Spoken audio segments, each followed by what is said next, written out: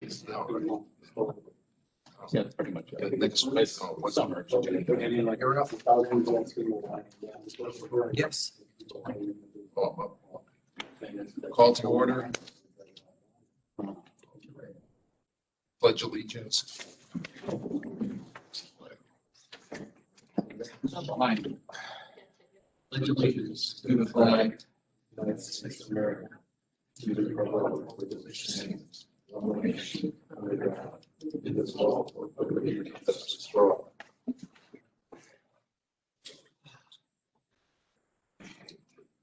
Okay.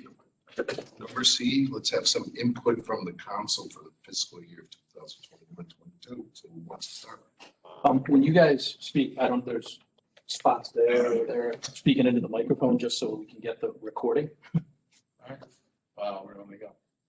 Your choice. You can sit there, you can go to the podium, you can go sit up above. Go stand near Mr. Holmes. Huh? I don't want to infect Mr. Holmes. I don't want to do that. Right, I already had it a year ago. I should be. I hope I'm still immune. Start off, I guess. I don't know what's the. It's more room down here, except for this stupid. All right, how we doing? Excellent. Yeah, great. Glad to be here. I'm gonna take this off over here. So. The only thing, I wish we thought of this a little bit earlier. It's a little bit on in the budget process. We probably should have got together a little bit sooner, but hey, we're here now, so we'll make the best of it. So, input. I just have a few things I'd like to update you guys on too, along with the input. But I'll start with, just so we get right to the point of, this year with what I've seen with the aid we're going to get from the federal government, which I know you guys have discussed this already. The letter I got from John Larson, the phone call I got from John Larson, looks like, but I think what I see in the news tonight, they're going to sign it tomorrow, I think, or this week. So according to his letter, right, to $2,017,705 for Berlin town aid, and educational aid is $866,000 to the Board of Ed. Hartford County gets $173 million. Don't know what they're going to do with that. Doesn't really say here, but so that's coming to us. It looks like very soon. So I would, obviously, I think I heard Mr. Delaney, right, in the last one of the budget meetings, maybe the budget meeting you guys had last week, talk about that should be probably included in our budget.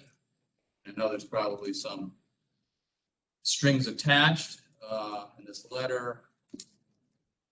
It doesn't really tell you, but it is local governments that have been hit hard due to economic downturn, and that's what this is for. So I would think that would figure very strongly in our budget calculation this year to start, which is why I think it would be pretty easy to get to a 0% tax increase, and I think we owe our taxpayers that certainly one more year like we did last year. I thought it was a admirable effort. Due to COVID, we know, there's been some people are luckier than others. People have lost their jobs. Some people have been sick. All of the above. They've lost family members, and businesses are hurting too. Things looks like they're picking up in Berlin, which is great for our town, but there's still a lot of financial problems out there. So I think with the federal government helping us out, and that's obviously the point of it, is to help us economically, that we should be able to arrive at that. Other, cuts. What you guys did last year, I think you took out the capital equipment budget, right? I think you removed the whole thing last year, if I remember. What is it? 1.5 million this year, I think, proposed. And we paid as we went along, right? We said whatever money we had. I think we fulfilled, if I remember, most of it, right? That we needed. So that's another $1.5 million. So I had a meeting with with Julia, Board of Ed president, the other night, Superintendent Roche, and myself. One of the things we talked about, a couple other things I'll update you on, but as far as funding goes for what we do. So the project that remains is $1.8 million, right, left from the school project. That's in addition to what may come back to us from the state when they do the audit. So she knows, they know that obviously we have, I don't know if the RFP is out yet for the school. Is it coming out soon, Ron? It's coming out a couple of weeks. Okay, a couple of weeks, okay. So when talking to them, I said, look, that's coming out, and we had this conversation, the same group before, a few months ago, that, obviously we're gonna fix whatever the consultant said about the ductwork on the roof. That's been the issue that's been hanging us up on closing out the school project. They said, whatever the consultant says, we'll do. Consultant says it's better to wrap it. It'll make it, last longer. So everybody's in agreement. That's fine. And they're talking, I think, around 500 to 600,000.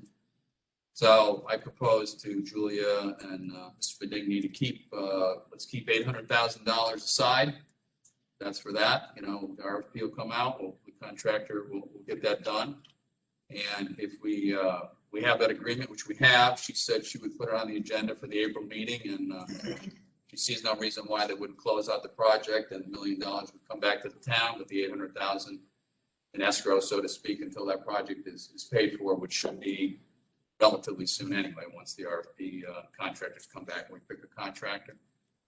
So was happy with that. So that's another $1 million that we can expect, I believe. It may not be here maybe by July 1st. I think it would be, but certainly early in the budget year, that should be something we would expect to come in. So that adds to our $2 million from the federal government, $1 million from the Board of Ed, $1.5 million if we take some of the capital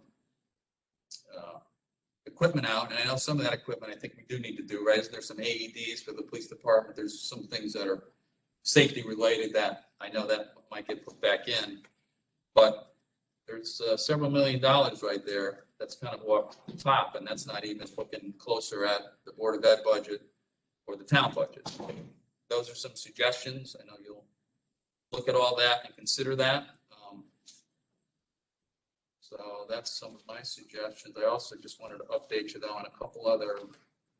And I know we talked about, I know you guys are looking at the V&A. We all know that that's a continuing, fortunate money pit, trying to deal with it. Thoughts are perhaps you shave a little bit off that this year. Obviously, I think they eliminated 3 positions, right? 2 nurses and an admin person, right? So that's coming up out of their budget. I guess the problem, and I know their census is down. We've all talked about it. We all know it's an issue. We're trying to deal with it. I think the biggest sticking point, of course, is the charter. I know, some Board of Finance members want to make probably larger cuts. I know you're thinking about a little bit of a cut off them as well, as long as they can provide the services that they need to do until we can fix it. The real fix, I guess, is to open up the charter, which I really do hesitate to do. I really don't want to do that, but because, we know from past practices, we open the charter, everything's on the table.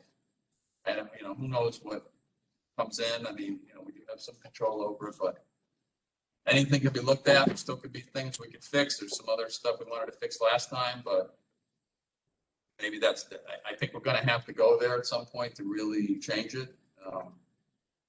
And of course, we want to make sure that the people of Berlin are going to get the proper care.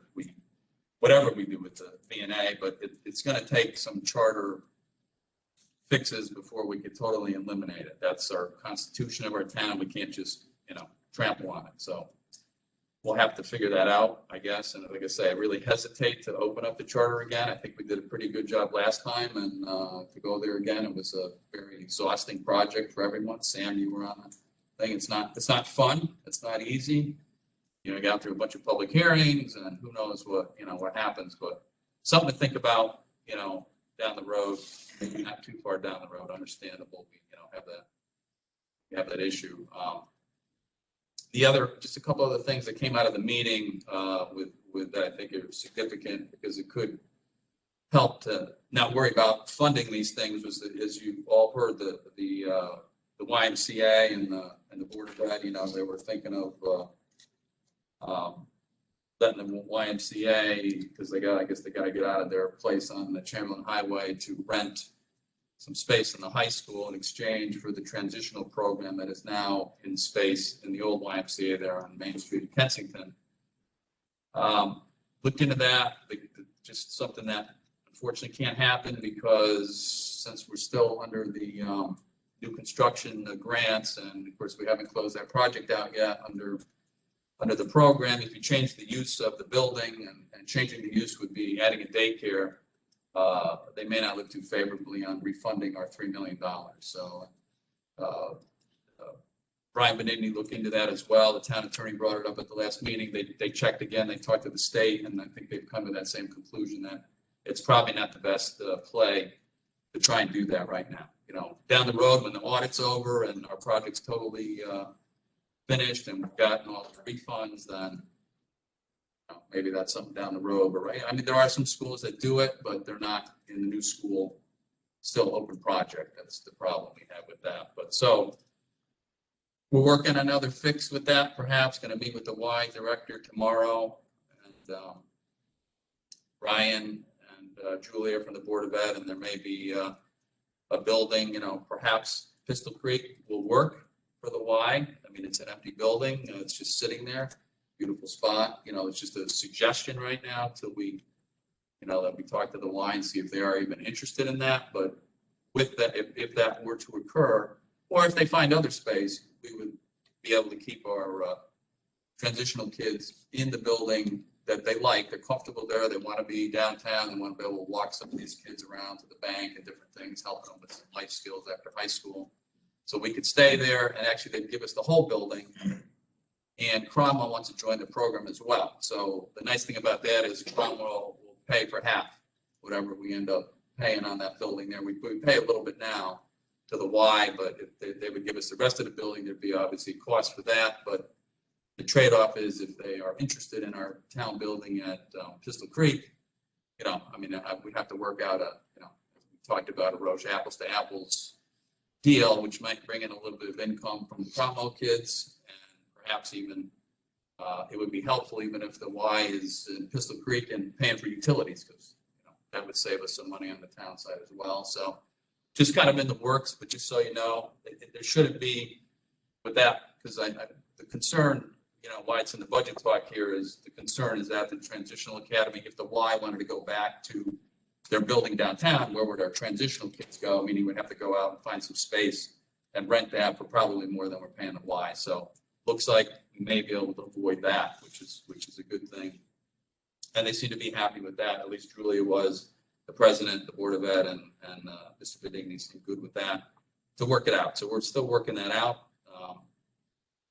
And then the only other issue that came up, which I guess could figure somewhere in our budget, but hopefully some of this money, I would say air quality is certainly related to COVID. So we have the air issues in mainly the 3 elementary schools now, as the governor brought out a plan about air quality. So we just, I think, approved that at the last council meeting, if I remember, to go ahead and hire the consultant to check the air quality before we do anything. I mean, I think we already know there's issues and we already have long-term plans to fix it, but the Board of Ed was concerned, rightly so, that whatever that study shows, if there's air quality issues, we need to fix quickly. Well, we can't do a wholesale fix quickly, plus it's going to cost quite a bit. I'm sure we'll have to bond some of it, but we don't even know really what needs to be fixed yet, right? So there are temporary, like air handlers we could put in the room. So there's definitely some temporary fixes. The Public Building Commission has suggested some things, and they seem pretty happy with that. That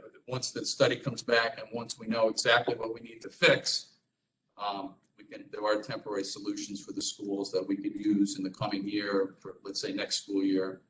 I'm sure we'll get the results by then, and they seem happy with that. So that shouldn't be too costly, for that. And then we could figure out what the long-term fix is and what that is going to cost for each individual school. We don't really know that yet. I think we already know there's issues, but we don't know 100% what those issues are and how much that would cost. But obviously very important in this time of COVID to get our air quality. I think the high school and the McGee middle school are fine, because we went through all that with McGee a few years ago, and the high school is brand new. So I think we're good there. So that's just something that's, you know, on the list going forward. The only other thing I'll mention is there was, you know, I guess you guys said something about the last meeting about the golf course. No, nobody's selling the golf course, just so we clear that up. Make an affirmative statement on that. I mean, we certainly have talked about every single option there. We just began discussions with the golf commission and the council together, looking at a way just to make it maybe a little bit more efficient out there. And, you know, I think we all know we would love to upgrade the restaurant and the club there and make it a little bit nicer and bring in some more revenue that way. So there's a lot of different plans we're looking at, a lot of different proposals, but we're kind of taking our time. The golf course is, you know, running pretty smooth now, so I think we're all fairly happy with it. And they did great last year with COVID. Was, I guess, a bonus to them. You know, not a bonus to most of us, but a bonus to them. So we're looking at a lot of different options. Selling them is just a point of discussion to say, hey, did we talk about that? Yes. And I think we're going to talk about it at the next meeting, but that's not real. I don't think anybody is in favor of selling the golf course. It's a great town asset, and you know, I personally think we should keep it, which I'm sure we are keeping it, and we'll just make it a little bit better place, and hopefully to do better financially as we go forward. So it's kind of some of the things that are out there, projects for the future. I've given you some, looks like some significant cash that should float into the town here in the next few months from our federal government. I know there, again, you know, to wrap it up, there may be some strings attached to it, but from what I'm hearing, you know, there certainly will be projects and ways that we would be able to take advantage of it on the town side to spend that funding, which is what they want us to do to help us out. And with the Board of Ed, would be able to take advantage of that $860,000. So that's my my piece for tonight. Some thoughts for discussion. You guys want to talk about anything? If, you know, want to discuss some stuff? Yeah. Give them a preference with the 2 million, Yeah. a mill rate or a reduction in future bonding for these potential grammar school. Mill rate. Mill rate. I just think that, you know, we're lucky the federal government's looking at all the communities across the country and helping us out during this time. And I think another year with no tax increase for our businesses, especially, we had a lot of small businesses open. You know, everybody seems to be doing okay, but we know people are not doing okay. Not everybody's doing okay. And I think this year to do that with, you know, this supplemental funding from the federal government, that would be putting it to good use to give people a little bit of a break one more time, and looking at what the state's looking at doing. We certainly have extra taxes coming on the state level, I think, after their session's over.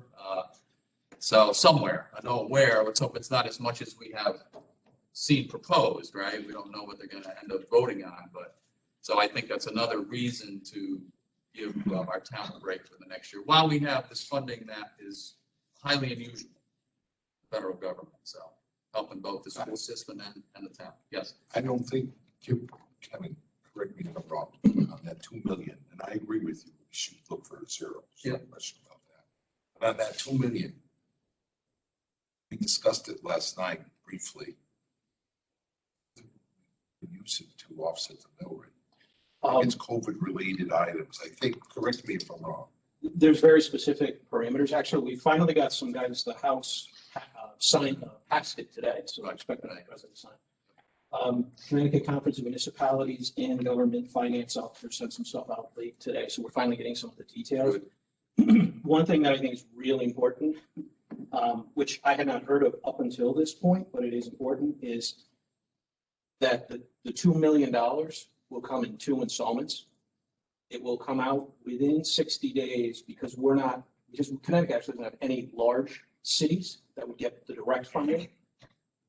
The first half of the money, so the first million-ish, will come to the state within 60 days of enactment, and then the state has 30 days. So effectively, if it's coming out in the next few days, you're probably talking mid-June when the state would pass it on.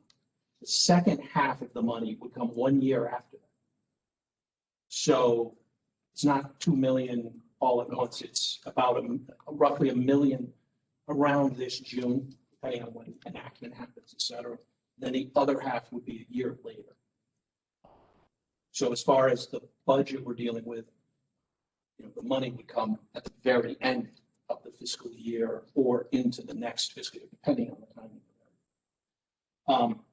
And there are specific rules around what is eligible. But there are two specific restrictions in there.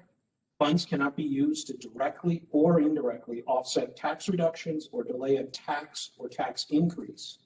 And funds cannot be deposited into any pension fund. There have been editorials already out today reading into what all of that means and who benefits and loses. Yeah, could you say that again? Funds cannot be used to directly or indirectly offset tax reductions or delay a tax or tax increase. Funds cannot be deposited into any pension fund. So it could be used to keep the mill rate stable. Well, I mean, That's how you interpret it. Really. Yeah, to me, that means that we Those words. can't directly lower your mill rate but Right. you can take projects off the table That's that right. money can pay for. So that advice doesn't make a lot of sense, but fine. What ends up happening with this, just as with the last couple of coronavirus funds, Right. is everybody has to ultimately wait for the Secretary of the Treasury to come out with specific Guidance, right? guidance and I direction. mean, we can pay capitals. Yeah. I just bring up the point about the 1 year delays. It's not. I had heard about this plan and I asked you a question about the town, if they had kept people on during the thing, and we know what the Board of Education did by governor's orders and everything. Wouldn't all those expenses fall under COVID expenses? In other words, if we kept staff at Board of Education employed only because the governor directed us to, that would be a direct COVID cost. The new Treasury Secretary hasn't come out with guidance, but if we follow what the Treasury Secretary said, the guidance was that if something was in your budget and intended expense in the year, then it would not qualify. So for example, if we had budgeted for all the teachers and others, the assumption is it's budgeted, you taxed, you intended, absent COVID, you would have paid them. Therefore, it would not qualify as a COVID expense. Again, you have a new Treasury Secretary, a new administration, but that was the guidance from the last one. So we'll have to wait for what Secretary Yellen and Treasury Department says about it specifically. What did the Board of Ed use that? Did they get that other grant for 600 grand? What did they use that for? They're eligible for it, and that's reimbursable. There's a few things they used it for, but one of the things they used it for was to request, and they've already received reimbursement for cost of the air quality study, which they have transferred back to the town. And I mentioned this last night in the meeting. It's actually sitting in revenue. Our intent, obviously it would require council and Board of Finance approval, is to appropriate that money towards some of these short-term air quality matters. They're obviously, it's about just shy of 160,000, 159,000 and change. So there's more in that grant that they can request reimbursement. Potentially this 860,000 air quality is moving. We're not going to get done with that. When short-term fixes, we probably are going to need, but the rest of the projects will be down the road. I assume then the 860,000 is something that could be used for that if they so desired. I would think that could be tied into it. One thing I will say is funding available through and must be spent by the end of calendar year 2024. So there's a tail on this thing. That, as you bring that up, that I want to make that point. I bet you we could probably spend it all by then. I have a feeling there's probably things. One day. Huh? Yeah, that's right. So that's pretty good. So there's some unexpected news, the split year versus year. Yeah. And Ken, right, they were trying to, I know there was restrictions, but say a $70,000 Zoom license could have been hit against that 600. Not regular operations, but Zoom tied to COVID, that's something they could use it. We actually charged laptops that we used for remote meetings. We used the WebEx license. All that was charged against our first town reimbursement. We got about $130,000 back the first round. So yes, that's absolutely. Do you have any questions for the mayor? Jerry?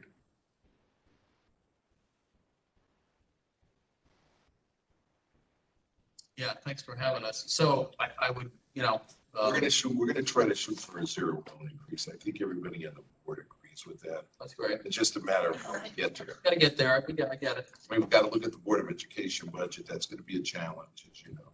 Yeah, always is. It's not gonna be easy, but we are definitely gonna try.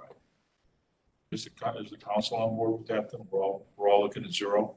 Yeah, we're all. I mean, we got, I would think the council's. I absolutely think that we need to hold the line this year, without a doubt. And it is difficult. We may have to tweak, cut back, whatever we need to do, but the people need to know what this is. Brendan. There's a couple on mine as well. Yeah, yeah, Brendan. Oh, Yeah, Brendan. how about the guys on the line? Or, Whoever, yeah. Everybody on board online? But let's take. Okay, we got a thumbs up on 0. Pete? Thumbs up over there, Pete. All right, Pete's looking for that text. Nobody's voting for a tax increase? Come on, right? Yeah. Hello, everybody. It's good to be back in person and getting back to normal. But I like those thoughts. I would like to try and get there as much as possible. I don't know what the grand list increase is, but maybe we put some of that into savings and we can split whatever the town versus education budget is, the rest. I will go from there. Look at something equal. Try to share that. I think our economic development team in town's done a great job bringing new businesses. And I know there's always that damned if you do, damned if you don't process. We bring in new businesses, we offer incentives, tax abatement plans, things like that. Some people aren't happy with those. But down the line, a few years down the line, we're going to reap the full benefits of that. But I know there are a lot of businesses that are struggling and would love to see a 0 increase. We gave a few businesses a great tax incentive, but what do we do for everybody else? I'd love to help average citizen, small businesses. So thanks for the time. Good luck. Yeah, our job is. Charlie? I'm good. I just want to say real quick, because I heard a news speech by Representative Hayes, said that she helped offer part of this federal $1.9 trillion deal. And there's a lot of money, and I forget the exact numbers, for education. She's a big advocate for education. She specifically mentioned air quality and extra transportation. I'm hoping as this thing shakes out, we can even get more benefit from it. Something. Great. How about Mr. Rosso? He had a thumbs up, Peter, right? And we got, Yep. since he's a senior member of the council, we should give him some opportunity. I'm like the guy that gives the rebuttal to the State of the Union address here. But let me give you the Democratic priorities. And before I do, just want to thank all of you. I know that you didn't know what you were signing up for the first time you ran, or this time is run by volunteers, and thus I'd like to thank you for volunteering for this. Number one, we're committed to continue our commitment to a superior education for all of our children in Berlin. As you know, education is expensive, but ignorance is unaffordable. We're committed to continue our support for Berlin's first responders, police, firemen, EMTs, and even the town crews. I mean, this winter they did a superior job cleaning out the snow from the streets.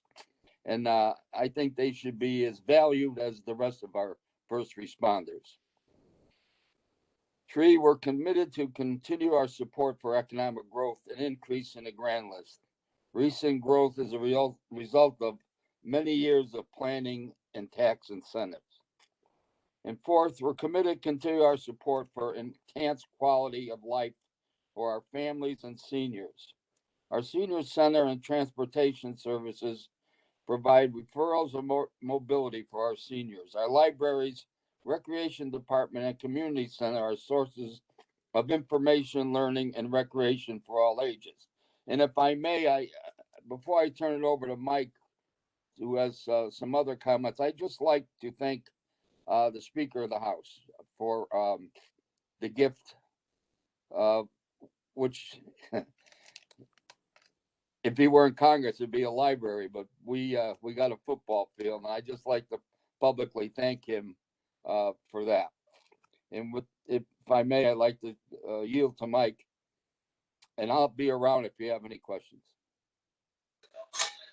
Thanks, Peter. Appreciate it. And basically on the par with a lot of what has been said here, we obviously would love to do whatever we can to get that 0 mill rate. It's been a tough year, and have been showing some small signs of getting out of it, so that's great stuff. And really, for me, the hope I have is that we continue to put a priority on the education in the town. We're looking at just starting to see some signs and some studies that are coming out about really what the kids, not only in town but across America, have been suffering with as far as curriculum loss and time in the classroom loss. And I really feel like this town has done a great job of keeping the kids in school as much as possible. And really, we haven't lost too much, but there's still that loss. There's still some issues, not only physically but emotionally and socially. That there's some issues, and I think that now is the time to make sure that we show some level of commitment to the teachers and the educators that have really helped get our kids through an extremely tough time. And then again, just as far as we've been able to, much like we've been sitting in our houses and not being able to go to many places and see all the things that we need to fix up around our own address, we've been able to take a look at some of the things in town as far as capital expenses are concerned with equipment and other places, other things that have aged and that we need to make sure that we continue to maintain. So as long as we're thinking about keeping capital in the budget, that'd be great. And I just, hope we can, obviously it's a pie in the sky thinking to say that let's keep all that stuff as much as we can and go for 0 budget. But hopefully we can use that thinking when we start looking at things that we can do to alter the budget to make sure we get to that common goal. Thank you. Mr. Chair, just one other, projects, the bonding that the state, Yes. so they want to, we sent them. We just, if I could just add that we've approved, the bonding, has been okay for, the Deming Road. the pump house, Which is number 1 on our project, list. which is number 1 on the list, and we'll continue to try to take care of the other requests that we've received from the town. I'm also, I just want to echo what everyone pretty much has said. Being on the education committee, trying to get more funding, more help to give back, because there's just such a huge need there. These kids have been really, as much as the teachers have done, there's nothing like in-school schooling, this whole remote thing for all of us. I've been in a Zoom meeting since 10 o'clock this morning and it's still going on, it's crazy. Hopefully things will be back to normal sooner than later, and I certainly will do everything that I can to bring more funding, grants, bonding to this community to help out, especially since we're trying to hold the line. Thank you. And I thank you all for working so hard like you do to make this happen. Appreciate it. Okay, we got any? Kevin, I think there's someone in chat. Yeah, there was a chat. Go ahead. Sam, Peter? just for you to note that Joanne had another engagement tonight. She couldn't be here with us. Okay, thank you. There was a chat put in here from Liam Briganti, say his name right. Citizens in private sector are suffering. Have you considered layoffs? It's repeated, and then the current budget is projecting a 4.7% increase in taxes. We in the private sector are not getting raises. That's what the chat says. All from the same person.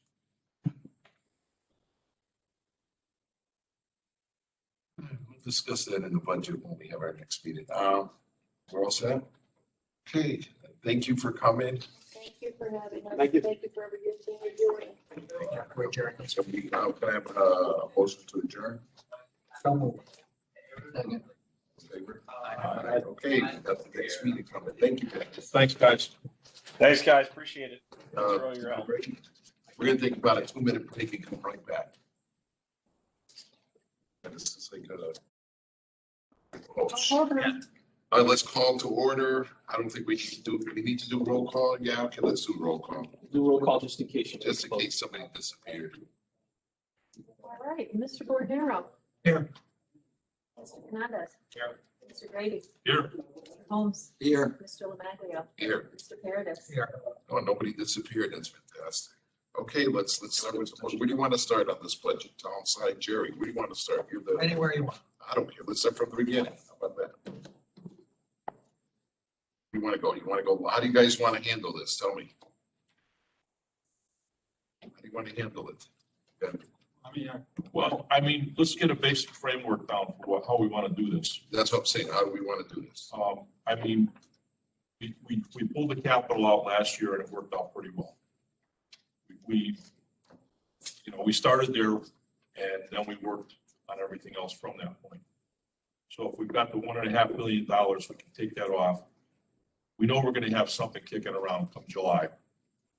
Do what we did last year and just pick these things off. And if we have to bond at that point, we can make a decision then. One question on that, the 400, the second payment for the pumper truck, Yeah, how do we take that out if we've already paid half? We got to pay the other half. You've already issued an appropriation. So this would be similar to, if you remember a couple of years ago, you paid about $900,000 for the work that was done several years ago on Farmington Ave that was never actually paid for. So technically there is an appropriation. I can pay the final bill. It would just end up negative in the fire truck fund.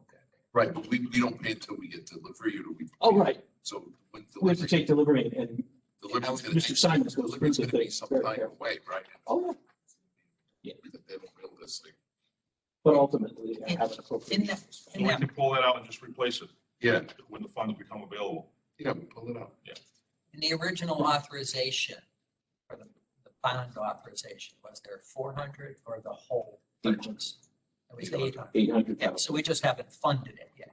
We haven't It can be bonded. We funded only- with bonds Oh, yeah. anytime, Yeah. but We bonded the first 400,000 because we needed to put the down payment, but didn't bond the whole thing because we weren't going to take possession for at least another year after that. Okay, so we can take that out, and then when we take possession, we can figure it out. Figure it out when it's the time for delivery. Oh, that's a positive sign. Fantastic. But you have the second fire truck. There's no bond Well, ordinance. Mr. Simons, can you explain to us about the second fire truck? Is he on? That we had talked about doing the same thing as a Yeah, split. let's get Mr. Simons, are you on? Yes, I am. It's a little, I know we've talked about it last year, but can you refresh our mind?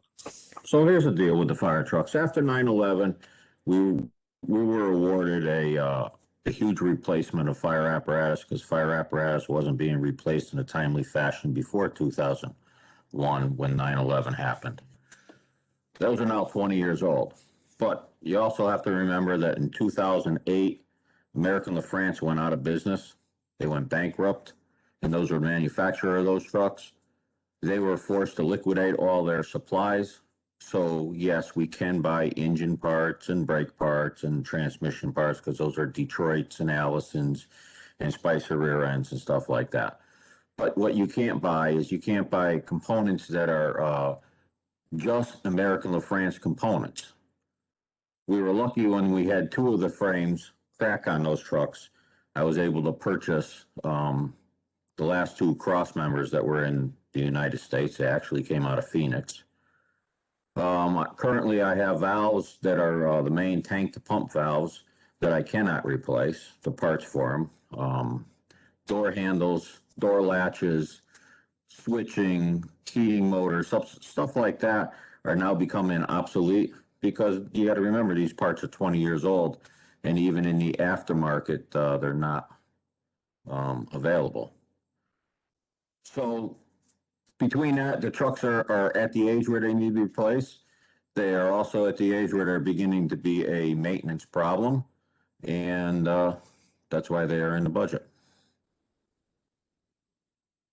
How many of the old two trucks do we have, Jim? How many of what? The 2002 trucks? So the 2002 trucks, With the replacement of the engine tanker, we're phasing out one of those trucks. There'll be 3 of those remaining. So you'll replace, so the request for next year's budget will be the second of the original 4. So that's the second one of them. We'll have half of them replaced at that point. Correct. Did And- you guys and deal with splitting like we did on the other truck? Well, there's no problem with splitting them. The truck that we ordered in December is 13 months out. So you're not gonna see it. Even if we were to order a brand new truck today, it's still 13 plus months out. You're not gonna see it roll around. So if you were to award us money to begin the process and we were to award it after July 1st, that truck won't come to the final or to the 2023 fiscal year. Right. There's just that much of a lead time on them. That's good, that's good. Mr. Simons, that's good. So I mean, 2 trucks are doable. So Kevin, Right. could we- The other thing I can talk mechanically on it, and I could talk as a fire chief on it. The other thing is that these America LaFrancis they've been great trucks. Don't get me wrong. They've been great trucks. The truck that is in this year's budget and the truck that is in next year's budget are your 2 busiest trucks in the town. They're the 2 squad units. One comes out of Kensington and one comes out of the Berlin Turnpike, Berlin Station. These 2 trucks are the 2 busiest trucks in town, and they run to probably 85% of the calls in town.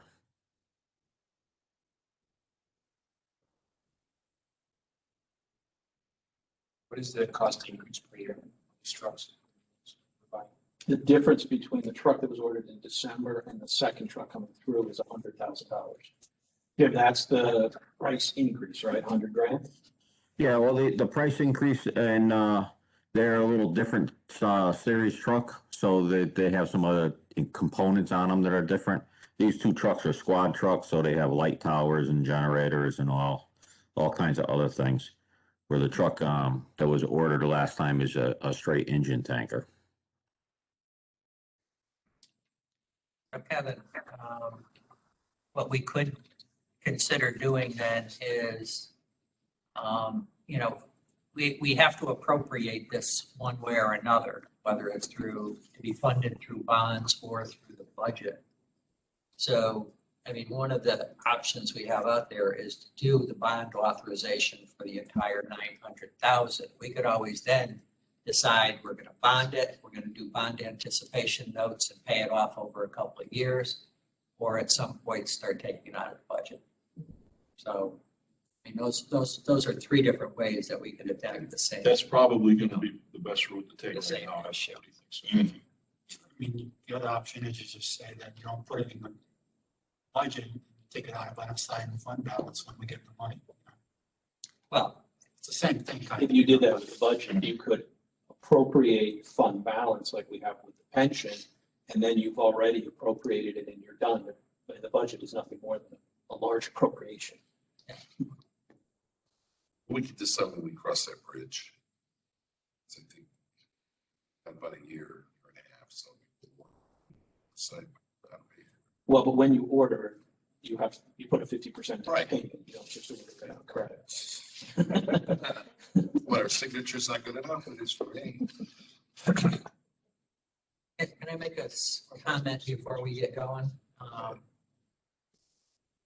I think, the mayor made some valid points in his comments, but I don't want anybody to think that this is overly simplistic to just take the $2 million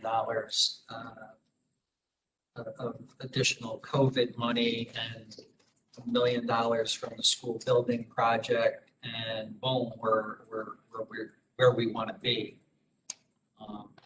I think, and I'm hoping we're still going to go and do a deliberative process through every budget department and see what shakes out in terms of our questions. And maybe we won't get a lot of dollars, but I think we still have to look at all of these items, including the Board of Education. And then I think to me, the final consideration is those funding sources, because we have to remember that any of those funding sources that we use this year to prop up the budget will not be here next year. Those are one-time or possibly one-time revenue sources, which we're going to have to make up. So the more of those we rely on to get the zero this year, the worse our problems will be next year. So I just want to keep that in mind and, you know, hopefully go through our usual process of, you know, taking whatever we can off the departments and taking a good look. And I know, you know, you guys have always been supportive of that, so. Let's go from department to department. Let's start at the beginning. We're ready? Sure. Okay, let's go. I agree. Let's start from department. I agree with you, Jerry. I don't comment that $2 million. I think $2 million should be used for capital, things like that. Does anyone mind if I start with my questions? Yeah, or- go ahead. Yeah. Jerry's got the notes. All right. You know, and some of the things I'm, you know, maybe buried in here a little bit more, so I may just want to make a couple points, and you can correct me, you know, on the rationale and everything. You know, I think right off on the revenue budget, you know, we have an aggressive tax rate collection in there, but we're holding good this year. So, you know, we haven't seen the effects of the COVID on the, you know, property tax collection rate. And, you know, I think that side of it is fine. You know, one of the things I did note was that the contingency account was bumped from 100,000 to 300,000, all coming out of fund balance. And I'd just like either Kevin or the town manager to talk for a second or two on why the 100,000 wasn't enough, and you know, what benefit there is to the 300. Well, we've actually held back the 100,000 because you recall the storm at the end of August. We were actually able to use state grant money that was intended to do road work, which means we basically supplanted repairing one or two full roads with cleanup money that would have previously been funded through contingency. If you went back 4 or 5 years, contingency was $500,000. A couple of years, about 4 years ago, we brought it down to 300 in an effort to address the tax increase. Last year, you brought it down to 100,000. As we did last year, the proposal is to appropriate fund balance because it is an unknown. So that means it's not taxing anybody for it. And in order to use those funds, it represents a transfer to another department. So basically, we'd have to come back to the council and the Board of Finance to spend any of the money. So it does not affect your mill rate. If it's not used, it would all go back to fund balance. The idea is it gives some flexibility in the event of a bad winter. I will be coming back to you to use some of that money. We've had to settle a couple of tax sales. We have had higher what's called truck rental, which is essentially our outsourced snow plowing for cul-de-sacs and cemeteries that have come in higher. We have a couple of other areas where the expenses have come in above, so we haven't used this yet. But part of that is because with only $100,000, we had to keep it in reserve. So when August came, we simply couldn't expend all of the contingency. Had we done that, we would have been able to essentially use some of the savings for storm cleanup, pursue reimbursement from FEMA, and at the same time, Public Works would have been able to do those 1 or 2 road reconstructions, continue on with the process. So that's essentially why we're asking to bump it back up. If you don't have anything. Yeah, I mean, generally, it's a good business practice to have a 2% operating margin. I'm looking at the town operations, about 31 million, comes to about 600,000 that you would have in a contingency. But the same reason, if something will happen, we have to still come back to you and you avoid going through all of the other iterations to try and move funds. And again, the way giving a structure that it's not going to affect the mill rate.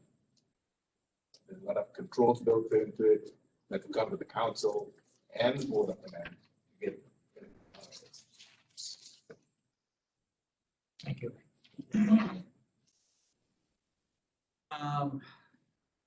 The,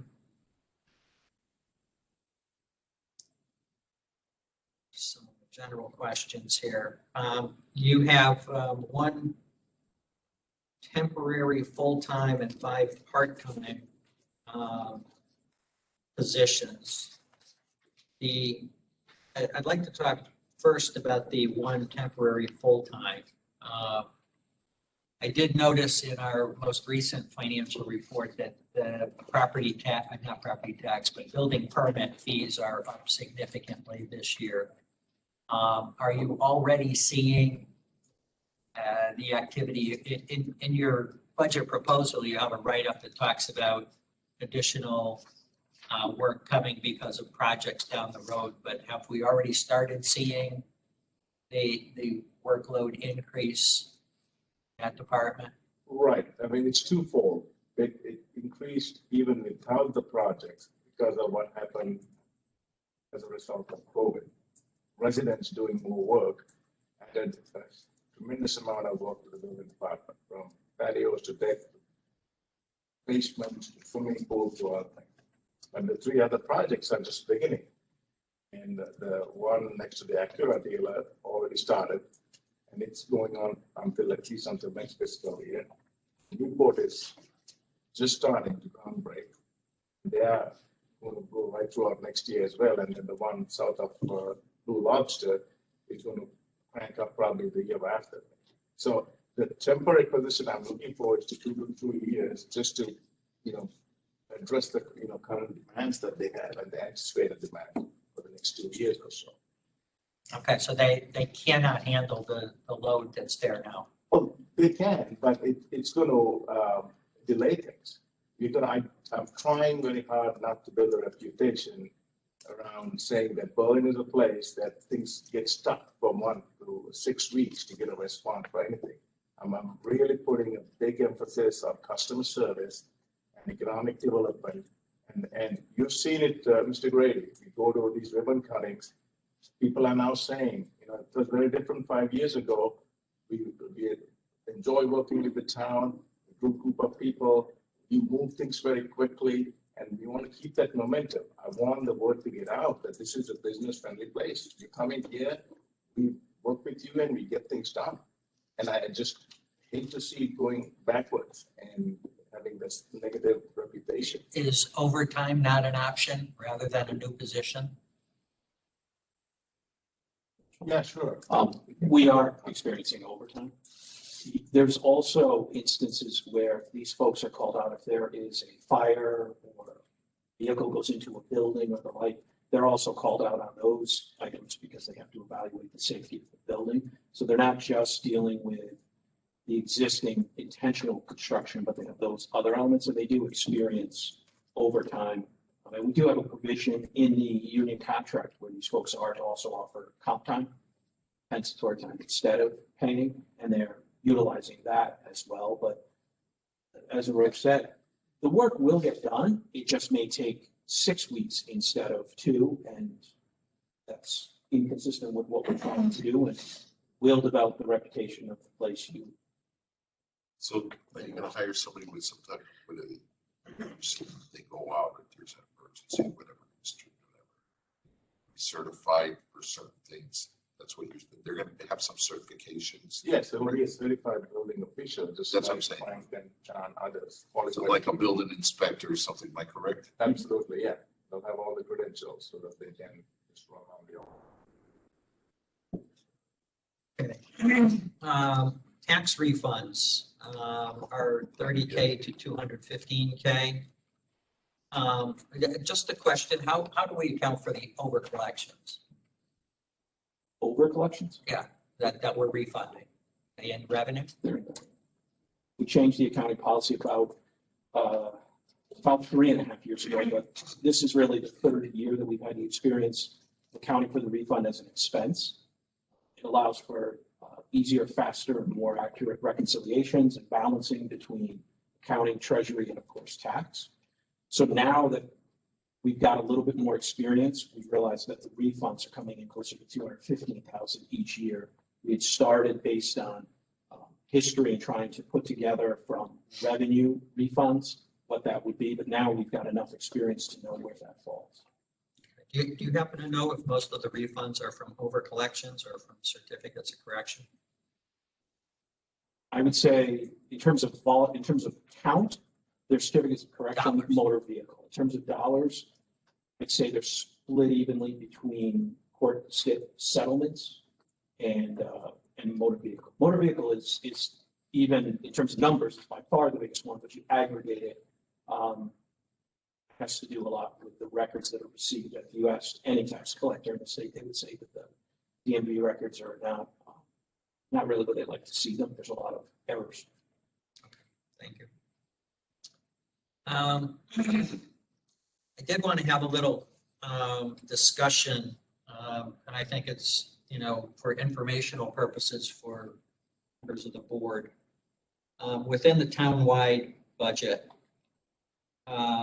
the insurance account. Kevin, you and I had briefly traded some emails on the general insurance fund and appropriations to that fund. And general insurance fund is one of the funds that we get on the finance update at every one of our meetings. I forget what the fund balance was yesterday, $1,400,000. About $1,400,000. And I just want to throw out to you guys, the use of that general insurance fund used to be long ago, when it was first started, there was self-insurance on workman's comp and on heart and hypertension claims. Over the years, the workman's comp is now a premium based with KERMA. And I'm not sure we have much real active for heart and hypertension.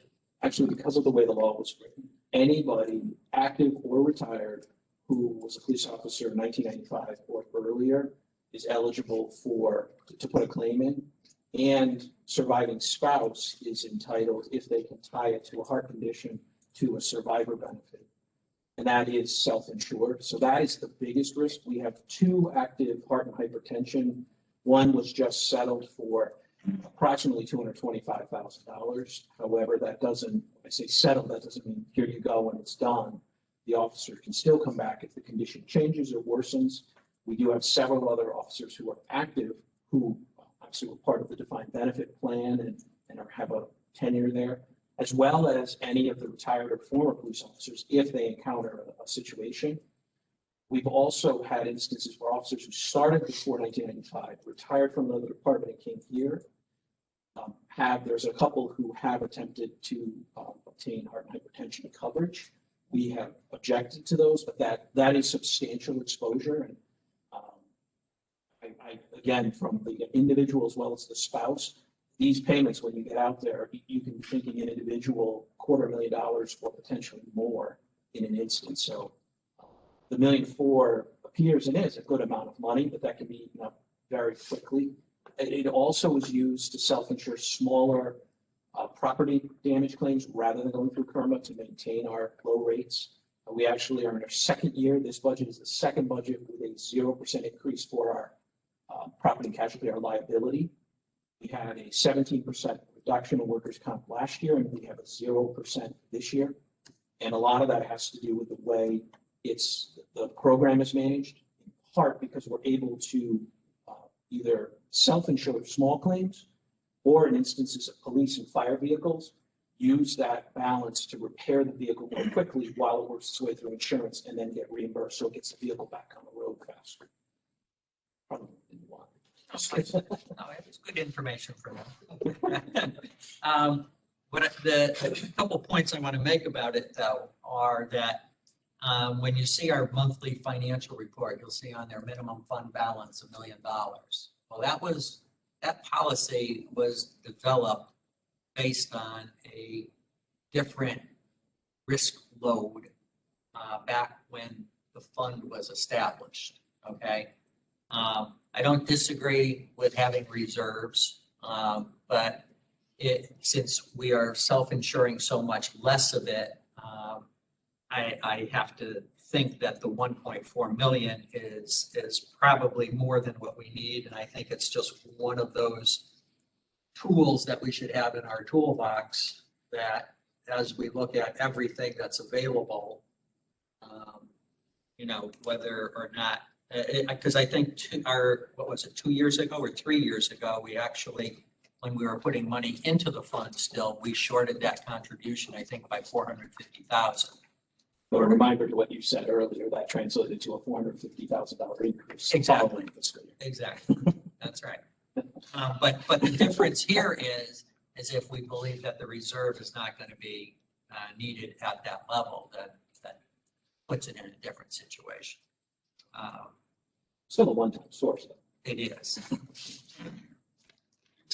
So I want to throw that out there as something that's there.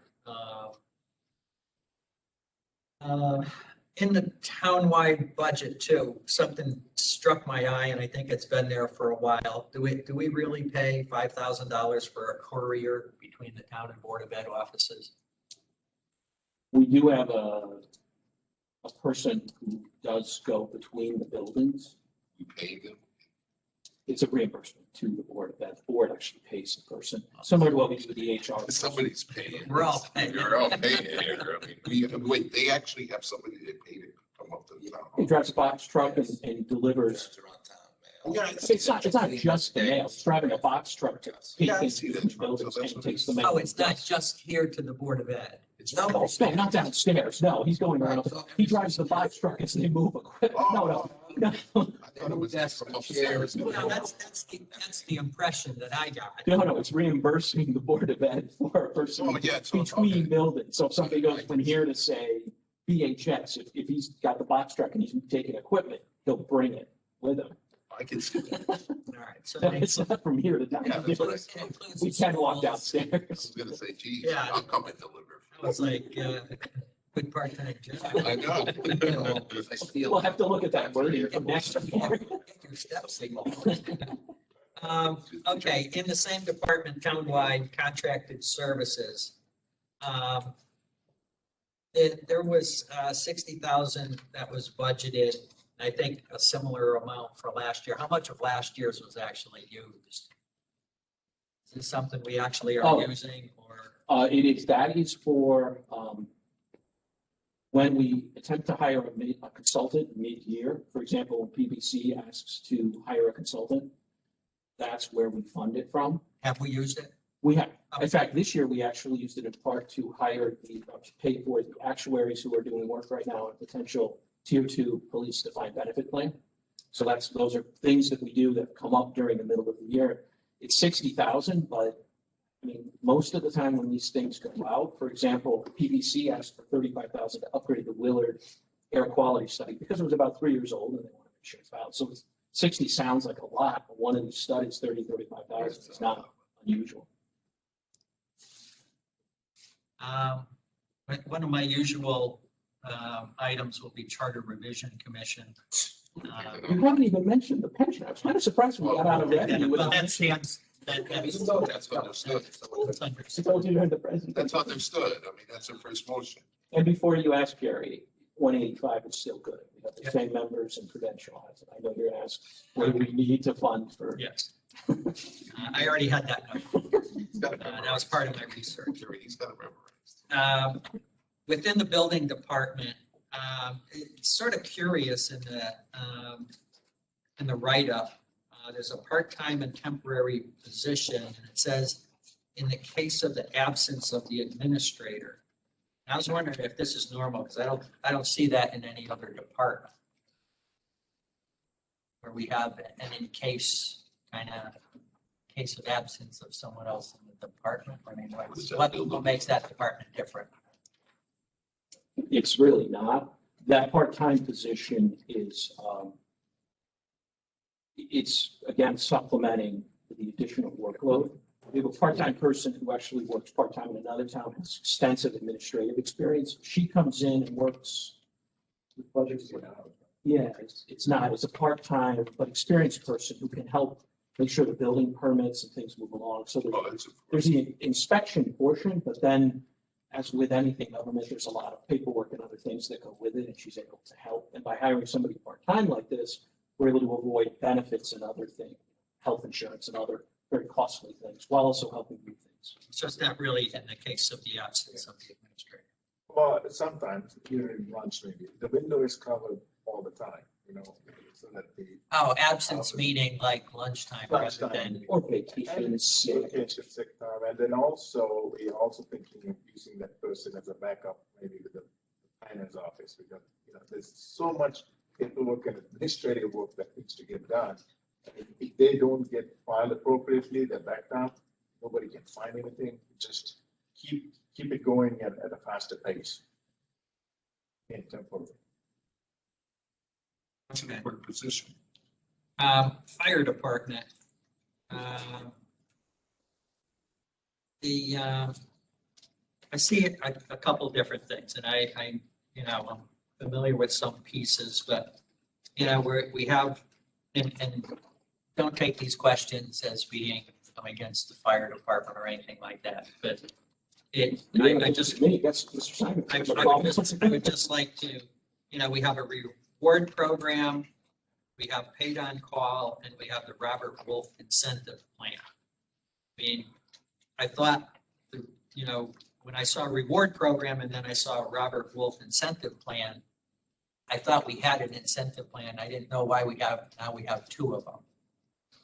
Or These are they not different? new. These are not new. No, in the budget, no, I would know, say. but- I will also say that it is substantially cheaper than a paid Oh, fire I'm department. not disputing that, and I'm just wondering, are they in fact same not- thing with two different hats on, or why don't we put it all in one, or They're why not don't we the have same one thing. good incentive? Jim, do you want to answer that? You're gonna answer a lot better than I do. Yeah, I'm here. Thanks, Jim. Okay, so the Robert Wolf, plan is actually a 401k plan that the members contribute or earn points, and as they earn points, at the end of the year, they get, a good year of service, which is 65 points, which is made up of fire calls, training, and, meeting and stuff like that. That was the original plan. It goes way back to, when Chief Haber, Chief Skeen, Chief Shear were all part of the fire service. And that's been remained there ever since. That is actually the hardest one to obtain for the firefighters. The reward program pays for the individual to maintain their, if the individual maintains their certifications, it is a step program that allows the firefighters to earn some money. So a general certified firefighter earns $800 a year. A driver operator who has a little more responsibility, he gets $1,000 a year. A officer, which is a engineer or a lieutenant, gets $1,200 a year, and then an administrator within the department gets $1,400 a year. It's not a whole hell of a lot. That again is earned by keeping their certifications and by their training. And then the paid on call, everybody gets the same paid on call. So we go back to the rewards program. That is a tier system, although it's not a lot of money. It's a tier system that provides a differential by the amount of involvement you have and the amount of certifications you have. The paid on call is a straight fee. You go to a call, you get this amount of money. And that's what we use to keep the guys and keep the people going to calls. So there's 3 different programs. Sorry, do we get a different pay if it's a fire versus an accident versus my basement's flooding? Is it the same flat rate? It's the same flat rate. At one time, we had a differential between non-emergency and emergency calls. And we found out, or it was actually hurting us because the non-emergency calls were the calls that the people didn't want to go to. And then the good calls, we'll call them, the fire calls and extrications and wrecks and things like that, they wanted to go to. And we actually reduced the amount of money for the good calls or the more interesting calls. But we found that really was cumbersome and it wasn't serving its purpose. So we went with a step fee for the reward system and a standard, this is what you get when you go to a call. It actually seems to be working out. Excellent. I mean, currently we got 72 people on the books that are certified firefighters, officers, driver operators, and our turnout is pretty good. Excellent. Thank you. Also in the fire department, I see there's thermal imaging units. And it says replacing over 2 years. So I'm assuming it's 5 each year. And that you're not planning on these purchase for all 10? With 2 Correct. years of payments? We are replacing the older thermal imaging cameras, much like computer cameras and any type of electronics. They have a life cycle on them where they begin to fail.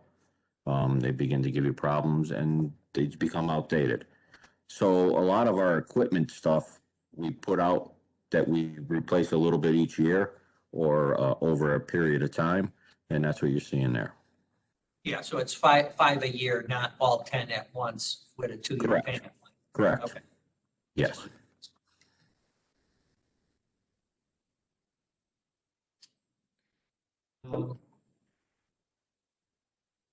I guess maybe DeRocha, you could help us here if you know. In the police department, we've historically budgeted them for a full complement of what they ask for whatever the authorized positions are, and I think it's 40. Do you know where they are right now? Because 100% staff. they're 100%. And, okay, so that's good. So if they're 100% staffed, overtime should be. Overtime is actually going to be higher because the police commission has requested the chief to expend overtime dealing with all the car break-ins and to staff higher on shifts to deal with the crime that's in place here. Chief actually came to see me roughly a week ago as we sat down and went through the budget to see what money he has, would he be able to pay for that. That was at the request of the police commission and sure in response to public requests, whether it's overt or just clear. Any grants available for that? Grants Police overtime? for police overtime. I mean, we get look it for at grants. DUI stuff, we get, We crime do. We get prevention them for stuff. a lot of those things. I mean, we look every week at grants. Yeah, And I think, I mean, at least 2 people are still not at the post because they're under training, right? You know what I mean? Right, but they're Yeah, getting so paid. it's like 6 months, so. okay. It's to be covered by overtime too. I guess as a follow-up to the police department chair, I had a question. I was gonna ask a similar question, because if you look at this current fiscal year, look at the first 8 months, the wages and salaries, if you project it based on the first 8 months, we're gonna underrun our budget. Okay, I'm saying between $300,000 and $400,000. So does that mean they didn't have the whole 40 all year? I mean, I'm just trying to understand, because every year there is a favorable position with the police department. I'm not trying to take anything away, but that's the reality of it. My projection is that they will, be below budget by $300,000 to $400,000 for this fiscal year. So is there opportunity there for us to make adjustments? That's the police chief has to answer them. Yes, I will tell you that there are two officers, tenured officers, who were out on workers' comp. One for a good portion and has come back, say in the last 2 months or so. The other is still out workers' comp. And what happens with workers' comp is it's paid through workers' comp, not through wages. When that person comes back, it goes right back in. But again, to Roche's point, when that happens, the position is there, the position's occupied, but the shift needs to be covered and paid with overtime. All I would ask is that if you maybe follow up and just ask the question one more time, just Yeah. to say, I understand that, but You said that we have 2 new officers. But they're still getting paid. Training. Right. They're at the academy. Do we pay for Yes. their academy? Yes. Yes, we pay for everything. So he's planning to deplete the overtime budget. I think it's going to take a big chunk out of it. He wanted to know what volume he has, what flexibility he has. He's trying to respond first to what the police commission requested, but also to the public desire. I think it's pretty strong desire in the town to bring more police to bear. Definitely, I've got a problem with It's a that. bad phrase, but Only a couple to go. Sorry, Trey. Sorry. That's all right. So we said that we have an issue retaining officers, right? That's why we're studying the new quote-unquote pension plan. that's what the police commission has requested. When we pay for their training, when they come in, we make a contract where they have to stay here for 5 or 6 years at least. We don't, however, there is a provision in state law that allows, if they leave within the first 2 years, that the town can go back, get a portion of the money from the community that took them away. Beyond that, if they stay 2.5 years or 3 years, there's no provision to get it back. So that's part of the challenge, and the chief has spoken about this a couple of times, that paying money. You can realistically say $25,000 to $50,000, $25,000 a year, $50,000 to train somebody, which is a lot of money. Our challenge is when you cost out the pension plan requested, it ends up waiting typically 4 to 6 people turning over every year. While we've had turnover, certainly it's notable turnover. It hasn't at that level. It's a question of what the town is willing to pay. You offer a pension, you have retention, but you have a cost. Pension every single budget cycle. So. Social and youth services. This is certainly not big numbers, but it's just more for my own edification. I noticed on the part-time positions, the other part-time positions are in the budget at like $13 an hour, and this one's at $19 an hour. I was wondering what it is that makes this one different, special.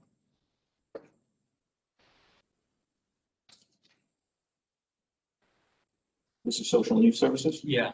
354. Yeah, I mean, the people they're bringing in are dealing with, they're helping do the work that the folks in the office would do. Some of the other part-time positions are clerical in nature, and this is more of what we would call mid-manager, more of a skilled versus maybe lesser skilled. I won't say unskilled, but lesser skilled position. Yeah, okay. I just wanted to make sure there was a reason for the difference. And I think my last item is VNA. Yeah, thought I forgot about it. I did actually. I got to bring it up again this year. I mean, we continue to see significant losses. I think part of the problem that we have with VNA is that people don't understand what the real cost is, and the fact that these services are provided by other entities, some of them for-profit entities, some of them non-profit entities. And that is the only reason this exists is because of the charter provision that talks about having a visiting nurse association. My position has always been that although the charter says that, it does not say to what level the department needs to be funded. And we've danced around it for a couple of years, and we've had the town attorney involved in different meetings, and we've never really had anything come to say you can do this or you can't do that or whatever. And my perspective on it this year is that we should do something in terms of a rather sizable cut and try and get them on a road of possibly phasing out their activities to becoming more of a referral type agency to take care of the things that the charter still talks about them doing. Now, the problem that presents us with is that we have the responsibility to do a detailed budget. And there's a lot of moving parts here in terms of service and fixed costs.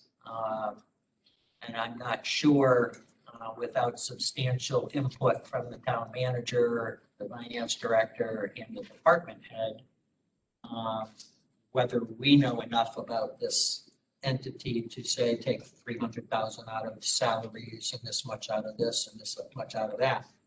So my suggestion would be if we can come to some general understanding of where we would like this to be, that maybe we can, what our position would be in terms of a bottom line, and then charge the town manager, finance director, and department head to come back with us, to us with a budget that fits to those numbers. When I was on charter revision, we talked about nursing. And I understand, we did have the number 5 question to change the nursing. It failed. Well, there were a lot of things in question. We messed it up. We messed that whole portion up.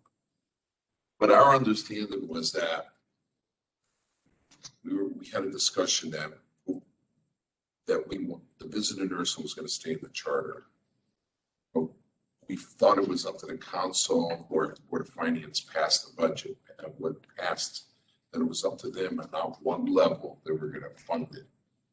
So that's how we were discussing that. We on the charter revision did not anticipate that the nursing was going to explode in a big budget. We figured that the town council or the Board of Finance was going to decide how big of a nursing and visitor nursing program it wanted, what level of funding. So I agree with you. If you wanted to cut the nursing, whatever dollar wise, it's not going to affect the charter requirements. I don't know about the state requirements, but the charter requirements is not going to affect it because you can still have the visitor nursing and keep them at a $1 million budget. So this is 1.7, whatever they take now. It's not going to affect the charter whatsoever. It's up to the director how she wants to provide the services. The charter says that we have to provide services through visitor nurses. Doesn't matter if we refer it at all. As long as there's a visitor nursing office, they can refer everything to Hartford Healthcare or anybody they want. That's what the charter, that's how we interpreted that part of the charter. Whatever you guys want. Yeah, I mean, and we're doing this recognizing that if we cut expenses, revenues are going to go down too. Because not everything they do is reimbursable, but we know that. But and I think the question then becomes: is it better to lose $400,000 while someone comes up with a way to, maybe they need a transition plan to just stop taking on new patients, and phase down, in which case they'll get, very little revenue. But as far as the budget is concerned, I think we have to take a position on it. And if, someone turns around and says, oh, no, you can't do that, it's illegal or whatever, they'll tell us. One thing I do want to caution is if you use your numbers, Sam, you used to bring it down to $1 million. No, I guess I know what you're saying. And if we were to lose 400,000, that would kind of imply 600,000 of revenue. We have 800,000 of revenue in there right now. Yeah. What is left in here is 3 nurses, 3 health aides. So 800 budget. 800,000. So you can assume it's about $135,000 per FTE. So if you have revenue, just if you took the average and said, if I get rid of one, we'll lose approximately 135,000. It's not a perfect science. But as you start playing out the math, you're basically, the revenue's gonna keep pace with your expenses. Well, they have, and I did look at it in terms of, overall revenues and what the 100% reimbursable services are. I mean, there's certain of those services in there that they say are 100% reimbursable. So if you start backing those off of the total revenues, then your $135,000 per nurse goes down significantly too. And one of the challenges that the director, and we'll do what that's what to do. The director did point out, you're down to 3 nurses and 3 health aides after the cuts in the budget. Getting below that level presents some challenges. Take a patient on, you have to have the ability to service that patient. And to the extent you That's have, the point. to the extent you have a workers' comp, sickness, vacation, et cetera, you get down to 2, you're pretty much maxing out, they're running, and if either one goes out, you run a very serious risk of not having capacity in the nursing and health. What do they do? If we don't have capacity, they farm it out. They have some per diems who will help. There have been historically some school nurses who have taken that on when they have the opportunity, whether it's at night, over breaks, other things. But I know we've had the conversation that there's a minimum staffing level just because, like anyone else and anywhere else, you have to assume people are not going to be there 100% of the time. It's a tough spot. Yeah. I think one of the other issues too, is that, we've talked to them about boosting their census, and in those discussions, we've also determined that a certain number of people are serviced from out of town, and that if we're actually going to be, trying to phase them down or into a more usable service, whether or not we can recognizing that those are revenues. But again, maybe we restrict, offering of services outside of town, and I don't know if that's legal or not legal or what, but someone will tell us if it is. But, it's one thing to be running a $900,000 deficit for Berlin people, but it's another to be running big deficits like that and servicing people from other towns, losing money on each thing. The intent of the visit of nursing years ago was to take care of Berlin residents. I don't know how it exploded out of that. How did it get this big? You can tell me. All I can tell you is several years ago, Used to be the auditor. Yeah, well, it's taken time, but the losses have always been there. my understanding is that if you went back 2 or 3 administrators ago, even if they weren't making money, they were close to break even. They weren't losing nearly this volume, but I wasn't around then. So. It wasn't long ago that I did a 10-year history of it, and it's never been close to break even. Never. I think it ultimately comes down, I mean, again, what are the numbers? The funny thing about it, I remember telling you guys last year, the board always thought they were making money for the town. I mean, that's the funny part about it. And we told them that they couldn't believe that they were losing money. I mean, the board was out of touch. Their whole board, the nursing board, whatever, they were totally out of touch. Well, they actually believed that they were making tons of money for the town. They were being advised that they were, as it was put, hitting their budget. Yeah. Unfortunately, what they didn't realize is the budget they were being told they were hitting was the revenue number. They never commented on the fact that they had twice that in expenses. After 3 meetings, they were like, this is crazy.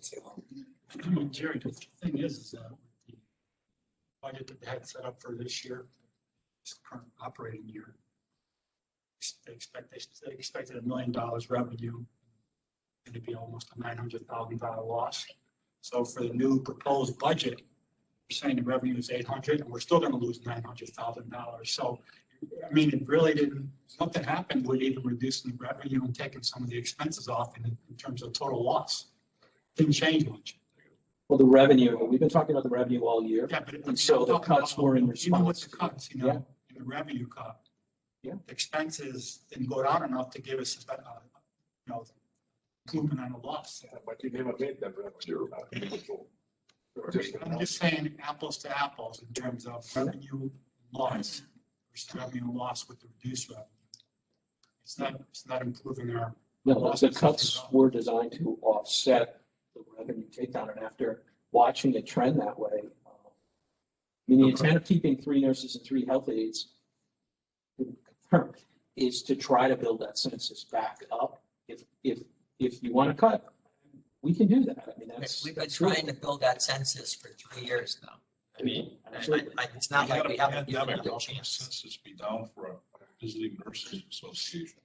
Because we're We not had a really. pandemic at 6 people. Yeah, but see, the problem is that visited nurse, Berlin visitors is a little small town entity that's competing against the big people.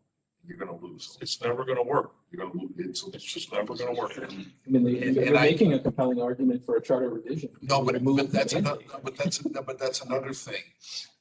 I could be wrong, but I was under the impression with the charter revision, you could target a charter revision. Yeah, you can do a single. You can do it single. The mayor doesn't have to, if the council decides that they want to have a charter revision, what they could do is set up a charter revision commission and tell them, this is what we want you to do. We want you to eliminate the visiting nurses and nothing else.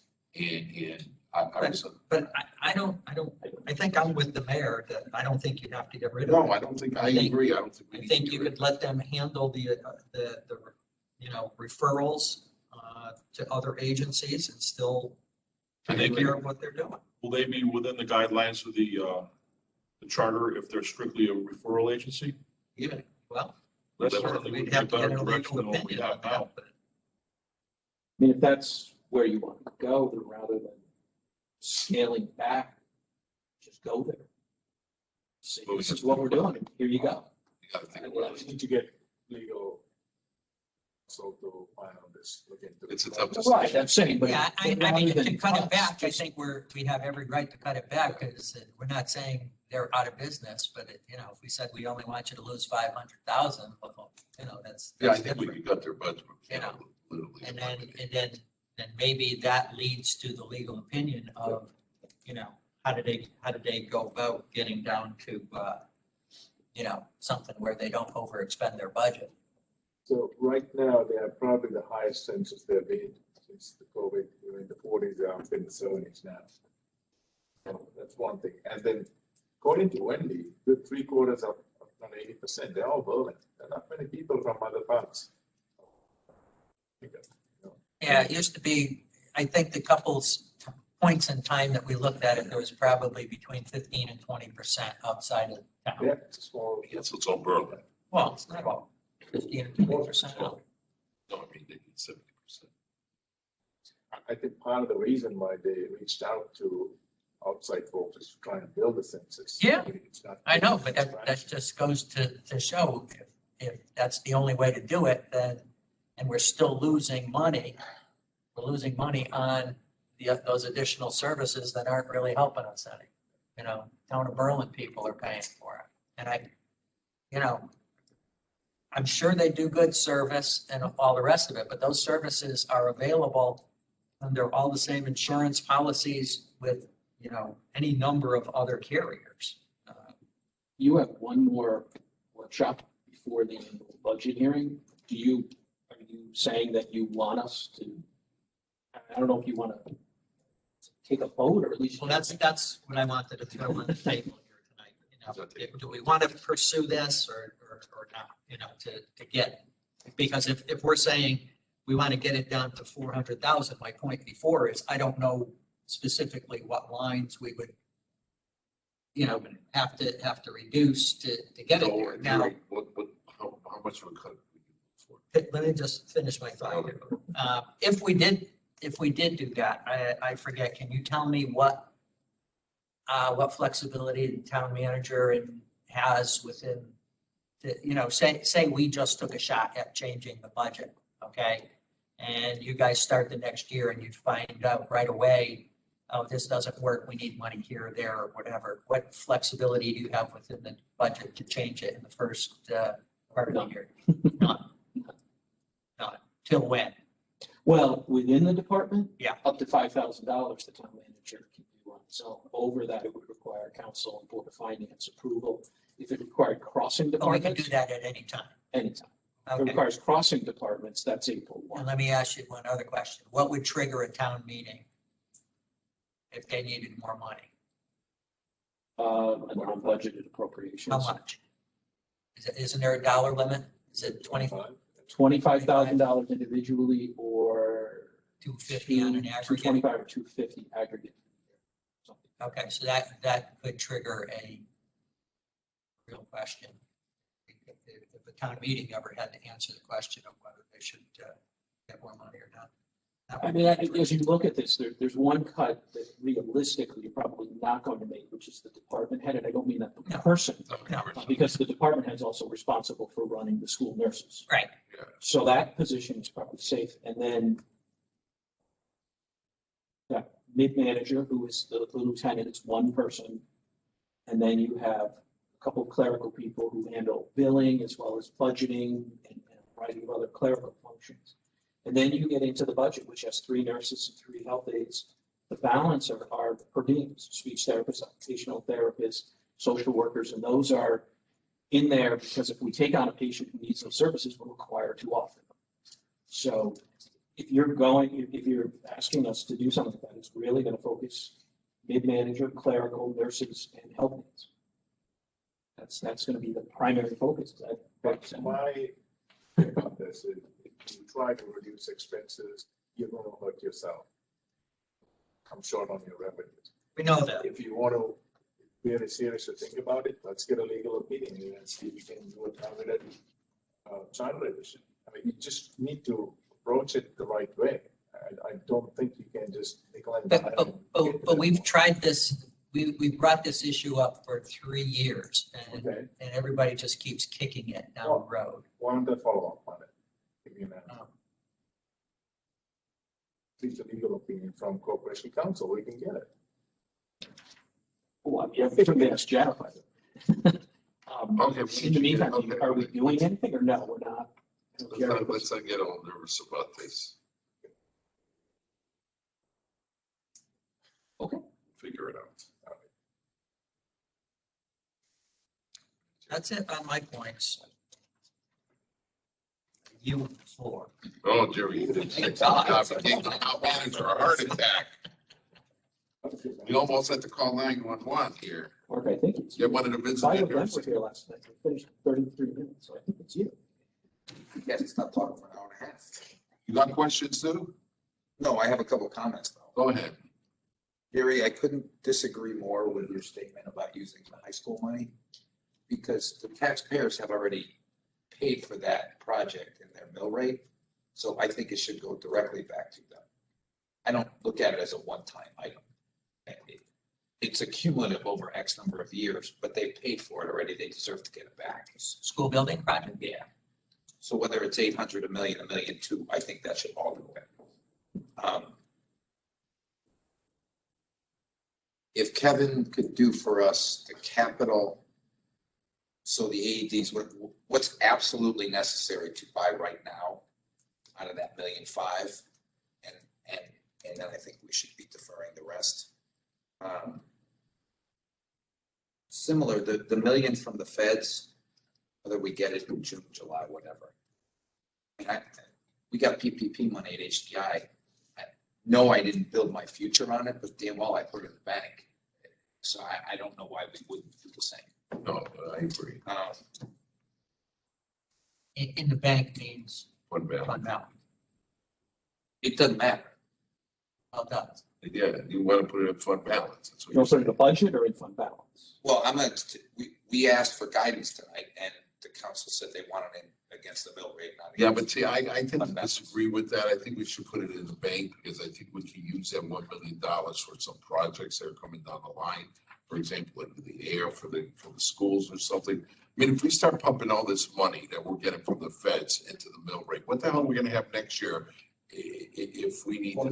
next year though. Yeah, but we can't operate a budget for next year. I mean, we got We do it every year. plan for the future. We can't just operate just for this year. Wait.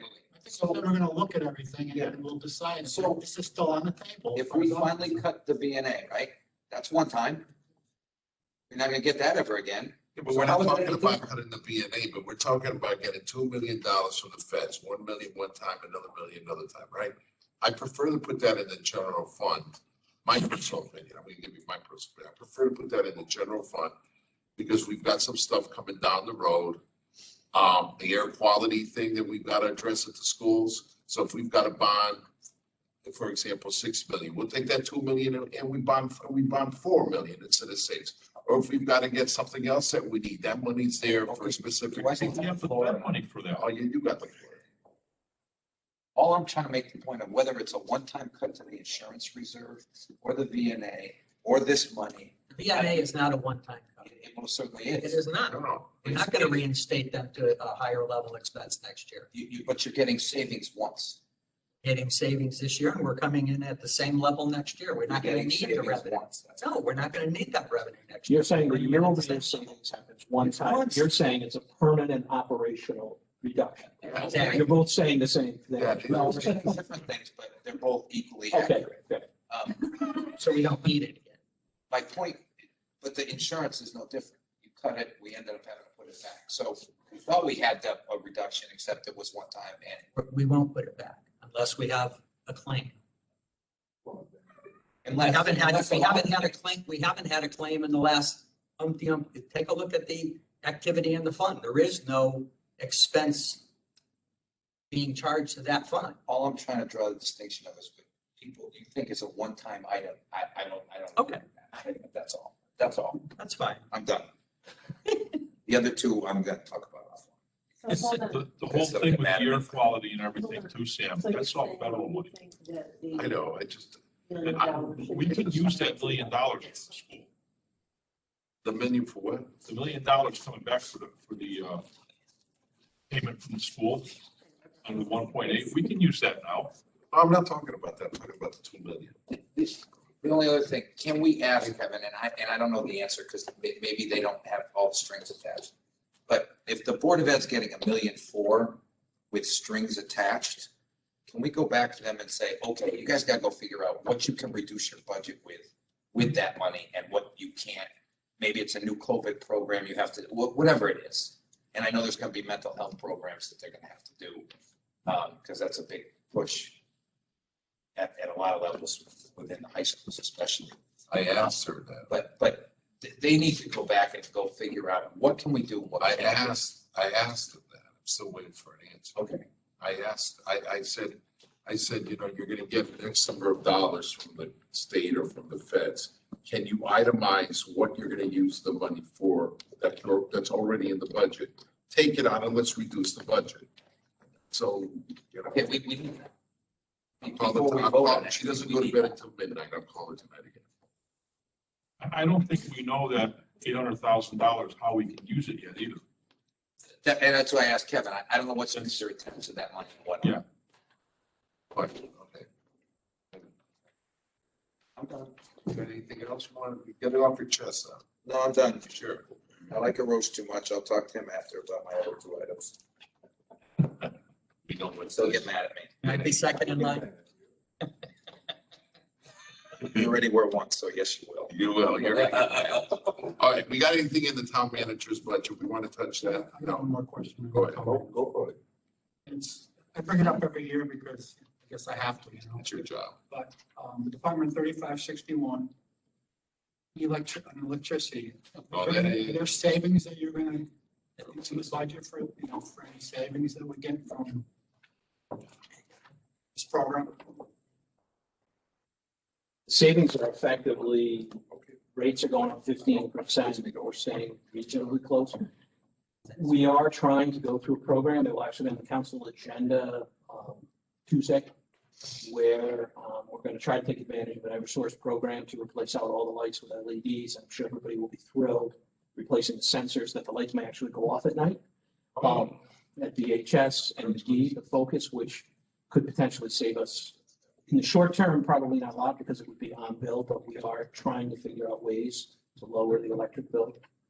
So on that account, in 2020, we spent $700,000. In this year's budget, we budgeted $950, and you have $898,000 in expenditures. Is that it for this year? Is that if like, The number 900,000, so you may underspend the budget by 50K or something. Just I'm not sure what you mean. the 2021 budget has 950 is the budget for that. Yep. You're at 898 for actuals Through February? through February. Does that represent the total year or? It represents at this point where we project it to be, so that includes the encumbered amount. There is potentially some flex. I wouldn't use 20 as a guideline because remember the schools were closed from mid-March on. Electricity was substantial savings on electricity. I understand that, but 950 is close to what, Yeah. without the COVID situation. Yep. All I'm asking is you take a look at it, you're proposing $1 million for this year, and you reduce it by $100,000. I'm not telling you, I'm not saying you have to, I'm just saying, can you? We'll look at it. Where was this electricity? Guidance of some. There's very few accounts I you can know, look at, I know. to be honest. Just All the other stuff is nickel dime. Wait, Kevin, could I re-answer your question to clarify The answer. on solar? Well, re-answer your answer. Oh, There is no cost savings on solar. If the bullshit projections the company gave us for 15% increases in electricity every year were actually happened, then we have saved money. Otherwise, we haven't saved money. Is that accurate or not? Be careful. Think hard. I can be more candid because this all happened before I arrived. I don't think the projections they gave us were BS. I don't know who read them. Because to be honest with you, if you open up the binder, most of the items in that energy have 1,000-year or more payback. It did not require, it did not require a Harvard MBA to figure out that's a bad deal. You know So what?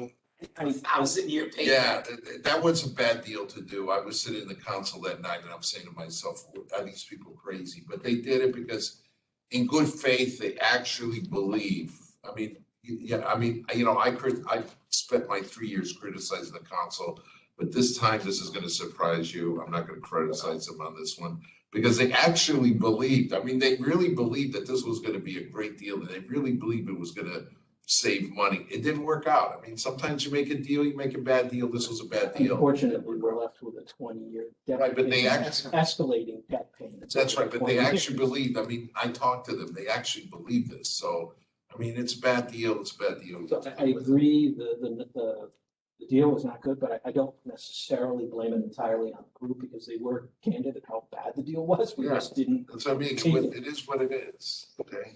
You got any more questions on different departments or anything? The only thing that jumped up on me, well, not the only thing, but one of the bigger things is, in the senior services. Fringe benefits, the health insurance. Went from 33,000 in 20 to 48,000 in 21. And now the budget this year is for 71,000. How did that materialize more than doubling in 2 years? Biggest driver there is we have a vacancy. So a person, long tenured employee retired. And when we have a vacancy that will be refilled, we don't know who's going to take it. So you had a single person who elected a high deductible plan. When we budget, we have to assume that the person filling it would be PPO family. Otherwise, we inherently have a gap. So that's a big differential right there. As you can imagine, they've been working to fill the position, but it's not filled at this point. If there's anywhere in town where it's difficult to interview and hire somebody in the midst of COVID, it's the senior center. To the extent we hire somebody who would take, for example, single high deductible coverage, you'd see that number come back down. So this is worst case scenario. That's how we budget vacant positions that we intend to fill so that we have, because if we hire, we don't hire somebody based on their marital status or whether they have children. It's just we have to have the money there to cover the premium for it. Okay. Anything else, Mr. Brady? No, that's. Anything else on the town side? Oh, that's fantastic. We got anything? Can I just revisit one item? You could, Jerry, you got the floor. On the VNA. Just because Arosha thought he was done for the evening. You know, one of the things that I did look at that I hope someone will look at too is that in going through their budget, I mean, there's a number of items that say these things are 100% reimbursed by insurance, you know, and I'm looking at 4 lines here that total $331,000. And the description says they're all reimbursed by insurance. It's the speech therapist, occupational therapist, physical therapist, social worker, and health aides. And I mean, so, you know, I mean, if I were doing something with their budget, I'd be concerned about cutting those because they're all totally reimbursed services. But I mean, that sort of then tells me that all these other 700,000 plus, and those people don't get benefits. So we got $1.1 million of salaries and benefits that are just generating our other revenue. So I mean, there's something not right in that in the mix of this whole thing, where if all of those are directly reimbursable services, and we're getting paid 100% on them, well, and maybe we ought to just limit the services that we're doing. Those are, with the exception of health aides, per diem positions. Yeah. So the cost is based on expected volume. I think if you look back at actuals, Sal could probably tell you this, because I do look on a regular, there has been favorability year over year. So you shouldn't think that is completely consumed in the budget. It is essentially a variable cost on per diem. So if they were fully utilized, we would have revenue. When they provide service, it's fully reimbursable. However, if you were to go back, I don't recall a time, I mean, I have to look back specifically, but typically we do have a little left over in that budget, and it's probably not surprising given where the census is. So I wouldn't say that all of that flows into the revenue line. Sometimes it's expense that we don't incur when we get to the end of the year. But I will also say that many of the other spots, if you go to the department head and the number 2 and the manager, as well as clerical, those are not reimbursable functions. Billing, budgeting, administration. There's an assumption that the reimbursement rate would be greater than the cost of the nurse, and that helps, as with any overhead costing model. But when you don't have the volume driving or the spread, you know, if we are doing a service with a lower reimbursement rate, instead of making, let's say, $10 above what the nurse costs, we're getting $2 above. And then your volume comes down, you're just not getting anywhere near enough to cover it. So we don't have enough volume, we're not generating enough excess revenue for fixed cost coverage. I can say it because it's a human service, but that's essentially what it is. It's a fixed cost coverage model that's just not working. Arosha, do you know how many vacancies there are on the board for the DNA? Quite a bit. Quite a few, right? They have enough for a quorum now? It's never been filled. Yeah. You might be better off best companies. Well, that's it. I mean, but they have enough members for a quorum? They probably do. I think it goes in and out. They're teetering. Sometimes they don't. Oh, there's no demand for any commissions. All right, now I'm really done. Okay, so next week.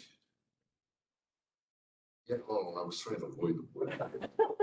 So we're All right, on, let's talk about the Board of Ed, everybody's favorite subject, okay? I just got one more quick question about the VNA. Sure. Where are we at then?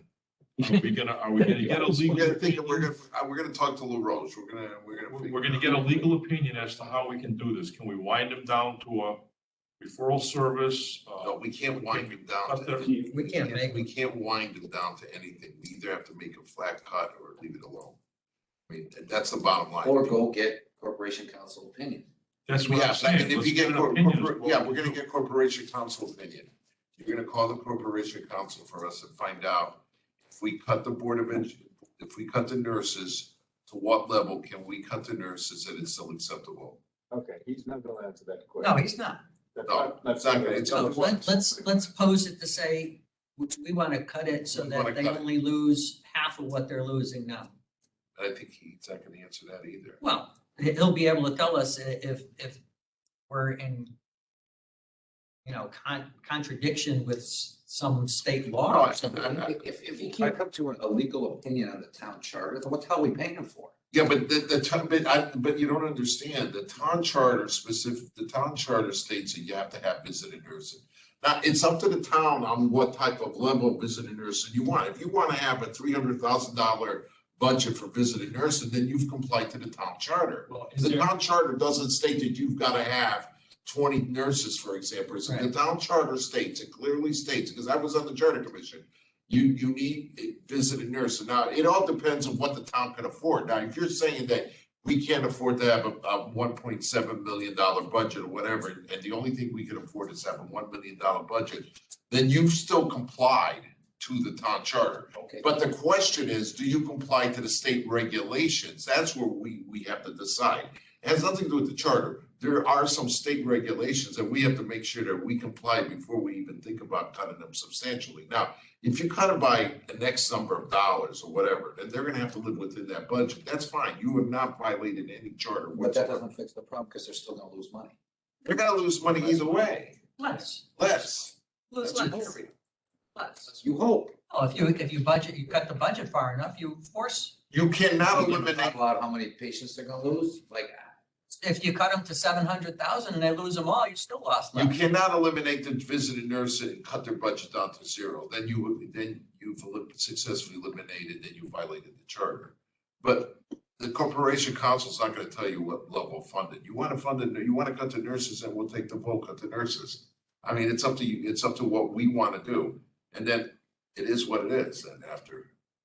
I mean, if there's nothing in the charter that says you have one nurse for a certain number of. No, there's nothing. There's nothing in the charter. But I just want everybody to understand this. I mean, you know what, the visiting nurse is a very popular program in the town of Berlin.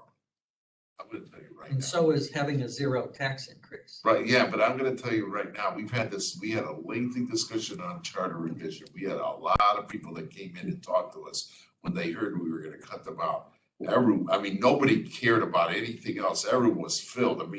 It lasted forever. So I'm just gonna tell everybody that even though they're losing money, I don't know if the people in the town of Berlin really care. I mean, we care.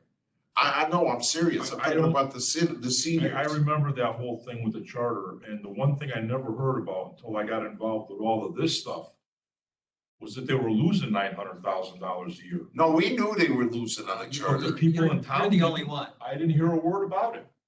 When I talk to thought, people why are we about getting rid of DNA, visiting they nurses? have no idea. I mean, we knew on charter revision was a losing proposition, but If you'd have told the people they were losing $1 million a year, I bet you the foot would have went a whole lot different. well, the way we figured. For something that's Yeah, but services provided by everybody I know, else. but our attitude is that we wanted the charter to pass, so we decided to keep the visiting nursing in there, because we knew if we took the visiting nursing program out of the charter would have gone down in flames. That's the bottom Yeah, line. anyways, half of it. Yeah, but the most important part did it. I guess to Tim's question, are we doing anything between now and next Wednesday related to the VNA? No, because we gotta I vote mean, next we, Wednesday. are you asking us? I to think do we should something? at least Not know you what guys. our obligations are under the charter as far as the VNA goes. A legal opinion on what our obligations are to maintain the We can make VNA them here tonight. to be within the state requirements. That's fairly simple, isn't it? As long as we're within the state Well, I think there's requirements, two charter things. You're requirements, saying within the charter and within state and requirements. within the state. What does the state require us to have if we have a VNA? We can't go outside of that. And we can't go outside the charter, so that should be too. I read the charter, it's very vague. Yeah. About, Yeah. it just says we have to have a That's what I'm VNA. saying, we have to have a But VNA. what I'm saying is, can we have a VNA that exists as a referral service?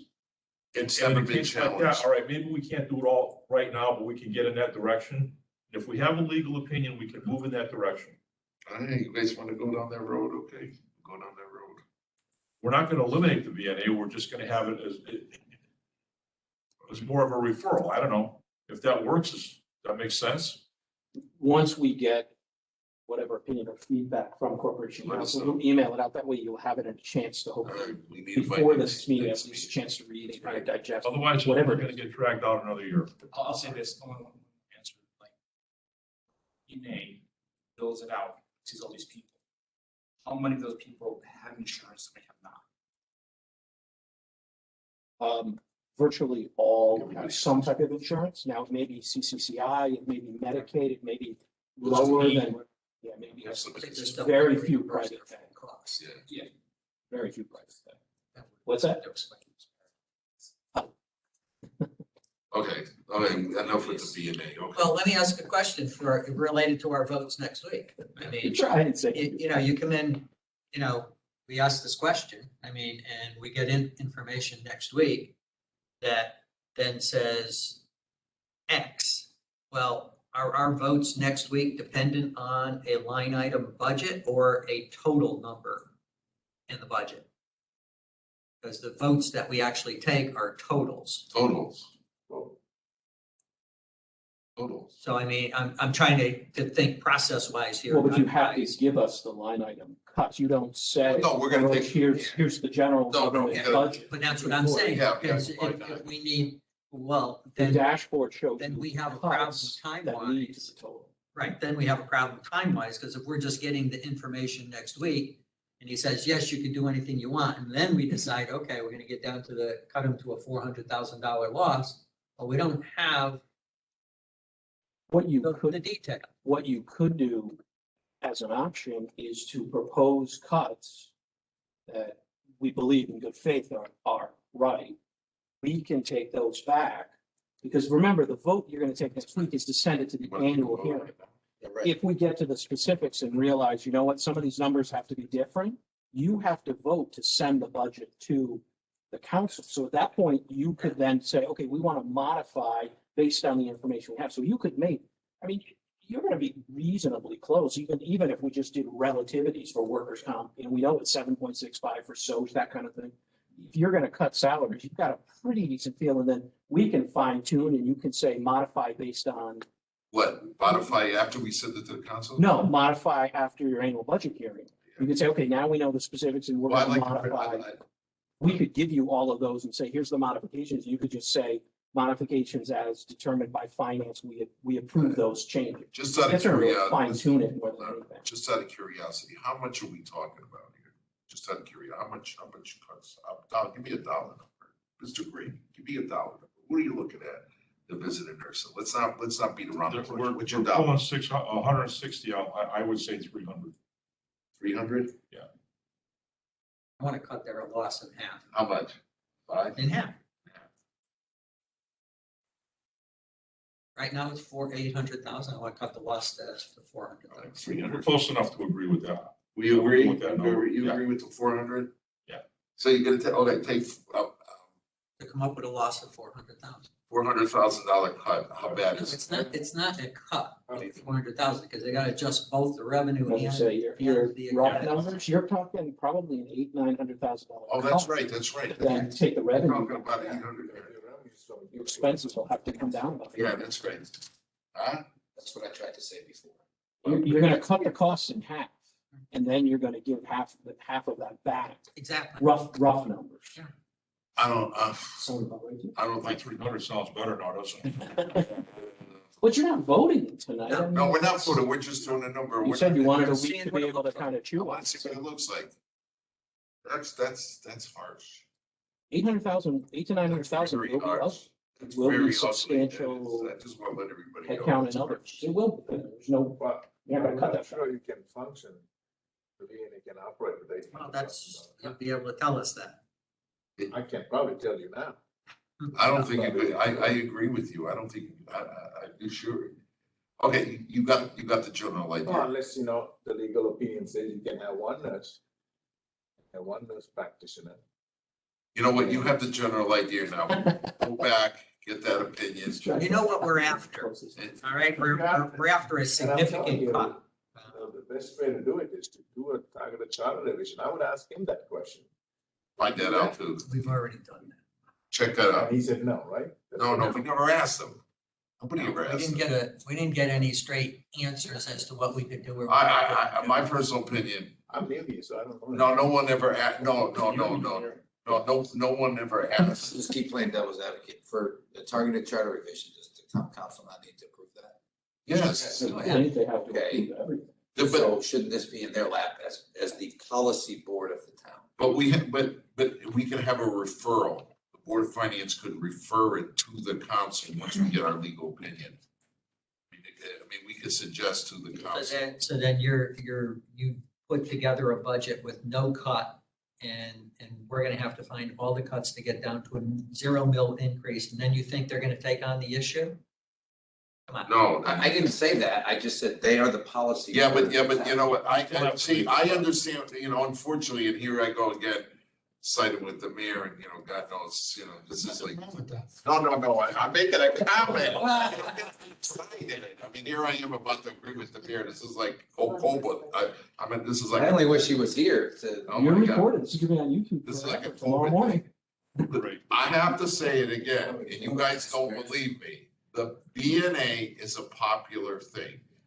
Just because you tell the people you're losing $900,000, typically the people that go out to vote are the seniors. And I'm telling you, it's not gonna pass in the town of Berlin. It's like the dog leash thing. People will kill you. I'm telling you, you guys don't believe me, and I have No, to say, dog leash is a big deal. the mayor will agree with me on that. And that's why he probably hasn't done the charter revision. Because when that charter failed, that number 5 question, we went up to him, Paul Argazzi and I, because he was the chairman, I was the vice chairman. We went up to him and we said, Mark, we could reconvene right now after it failed and we could fix the nurses. And he thought about it. He said, you know what, just leave, it's not even worth it because it's not going to pass. I mean, you guys want to cut, we'll take the vote, we'll do whatever, and you can get your opinion from Corporation Council. I mean, the only concern I have is, just like I said, you say that draft of a cut, there has to be some kind of transition that happens throughout the year. So you just can't say cut $400,000 out of the budget or $800,000 out of the budget on day one without kind of destroying it, right? Right off the bat. And I understand what you're It's gotta be a saying. transition somehow. I understand what you're saying. Jerry and Tim. That's a big cut. Take smaller bites. I mean, if we want to cut, we'll think about it. So you think about it, Jerry? Cut of losses? Is that what we're saying? Yeah. So we're gonna a smaller cut of losses. Like a sentence. If we're cutting 400,000 on the losses, it's gonna cost 800,000 to do it. I wanna see the numbers. Give me some numbers for 300. What do you mean it's gonna cost us 800? The expenditure side. The expenditure side, yeah. Yeah. That's the whole That's idea why, of saving. that's why I money. went with figure city. That's the whole, like, that's money.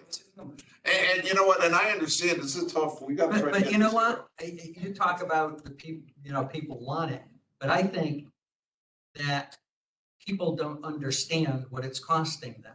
All right, and I think this is more of an educational process than anything else. I because agree. When they understand what it's costing them, then I think they're gonna realize, oh, well, those services are provided by this entity, this entity, this entity, and my tax rate could be affected by it.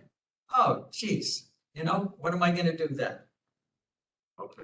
That's the whole thing. This is not an irreplaceable service. Right, It's being provided by plenty of other places right now, and they're doing it at a profit. So Hartford Healthcare. it's like anything For else. healthcare, we have 4 businesses in this, tax-paying businesses in this town that provide the service. My dad Exactly. goes to They're making a living at it. Healthcare every single day. Okay, let's get, Are we done let's, with the VNA, Jerry? what's that? Are we done with the VNA? I don't know. Jerry's Did- determined. Jinxed it. Did we give a charge to them or? Yeah, we did, are they're gonna doing look, you're nothing gonna, again? no, you're gonna give us a. For the nothing for the record, I've heard about the VNA ever since I got here. The first time the town manager submitted the budget with a $250,000 cut, right? Yeah, you are, and I gotta For give a you pat on the credit. back now. Now, I'm not saying fact on Oh, we that, go but pat I'm us trying to back. move the needle here. No, you did a good job. Yeah. You did. credits, so can you check with Corporation Council? I guess so. And tomorrow, we get the information. Can you get us the information as soon as possible about that? Yes. Let's talk about Board of Education. That's our favorite subject. Jerry, do you want to start the Board of Education? No, You sure, Jerry? I'm getting tired of talking. Okay, look. I didn't want to go to you, Sal. You're like, oh my God, this, That's Sal, I'm gonna give you like 10 minutes. Sales liaison. Say it, Sal. I'm not sure I'll be a liaison after tonight. You know what? You know what? Let me tell you something. I gotta give you a compliment. You did a wonderful job as a liaison. You did. Well, here's what I did, okay? Based on my assessment of the responses from the Board of Education, me looking at the numbers, me looking at the current year statistics. I came up with, where there could be potential reductions. It's up for, it's really, these are options that we could look at and take a look at it and come back next week and see what we want to do. But I did put a spreadsheet together. I'll pass it out. Oh. Handout. Got an extra one. And John Richards is on. I know, it's the best. I can't believe he's still. I missed the handouts from John Richards, and now you're taking John Richards' job. Well, this is not as comprehensive as. This was real. Where's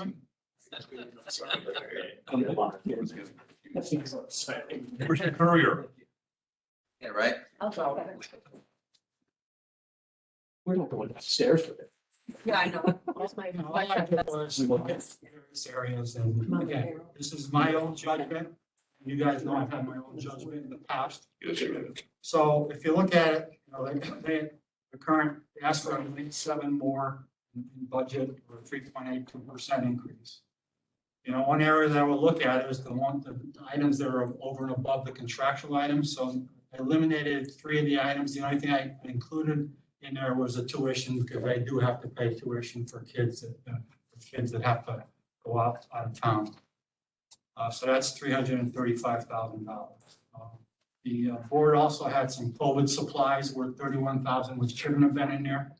As I said, the budget was based on no restrictions with COVID, and plus they'll get funding from the state.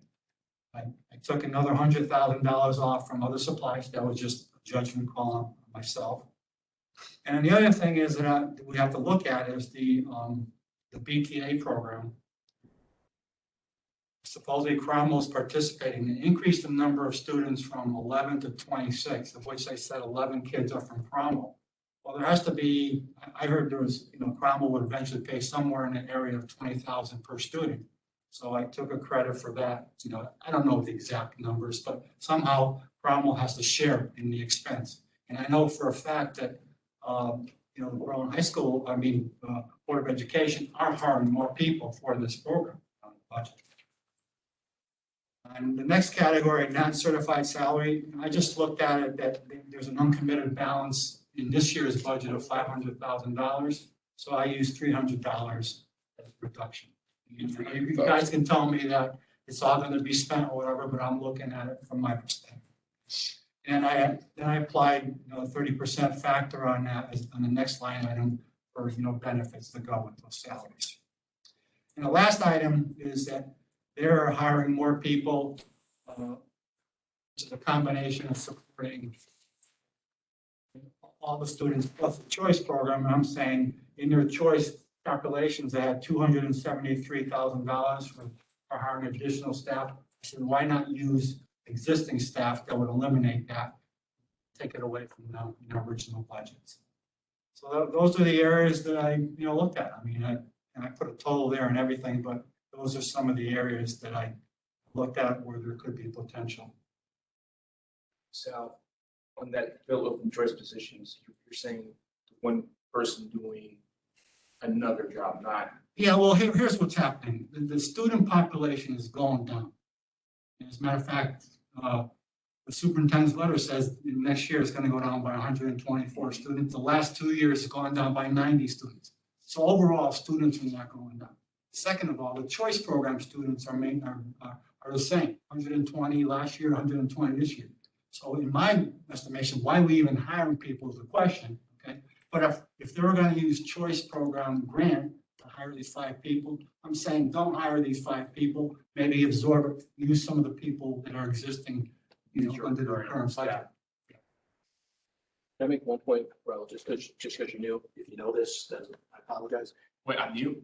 I didn't know that. The Board of Ed budget, the Board of Finance gives a number. So while Sal has laid out, unlike the general government, capital, others where specific line item cuts are made, you're gonna vote on one number. That's what the Board of Ed gets. These are cut Sal's laid out. The Board of Ed would ultimately have to decide whatever number they get, the best way to spend it. So going through the detail, but the actual vote you take will be one number. I just wanted to clarify. So Right now, I'm not supposed to be doing this. no, you can do it. I'm just making sure Raul realizes it is different from what we I just like talked. explanation, I like the ideas. I mean, if he's having those ideas, maybe someone else will be share those ideas. Oh, yeah. Again, this is just, areas that I looked at and then pick it up. You guys can take a look at it, absorb it. What are you worrying? I would like, Kevin, can we ask them ASAP? With whatever data they have or strings attached to their money that they have, what they might be able to check out their budget with this free money. What may they be able to take out with the 800 grand in the latest? Again, and the only example I have from one of the Board of Ed members was the Zoom license for 70 grand. That doesn't have to be a budget item. And we still have to wait for clarification from the feds as far as what it can be used for. And time, I know that I don't know if all the money is split year over year or not, because obviously they would have limitations. If the money comes June or July next year, they can't use it. That's that COVID money, right? The 800,000 we're talking about, right? Is that what you're talking about? Yeah. There's two, there's 680. These are two for 662 and then the new money. They've already consumed a portion of that, like 160,000, and they may have others. I just know of that one because they reimbursed. I know the superintendent made some commitment to the mayor on some of this money for the air thing, the temporary fix. He said that they were gonna pay some of it, so it can be out of this 800,000. Maybe. I know, they both told me that he made a commitment that he was gonna pay some of it. Now, where it was coming from, I have no idea, so. The other thing I don't know, Sal, you may know, since they didn't come to agreement on the Y in the high school whole thing, they don't have in their budget a number for what they're gonna have to pay. Do we have any way of getting a reasonable estimate of what that might be? That's not in their budget now. Are you talking about the rental? Yeah. I think that,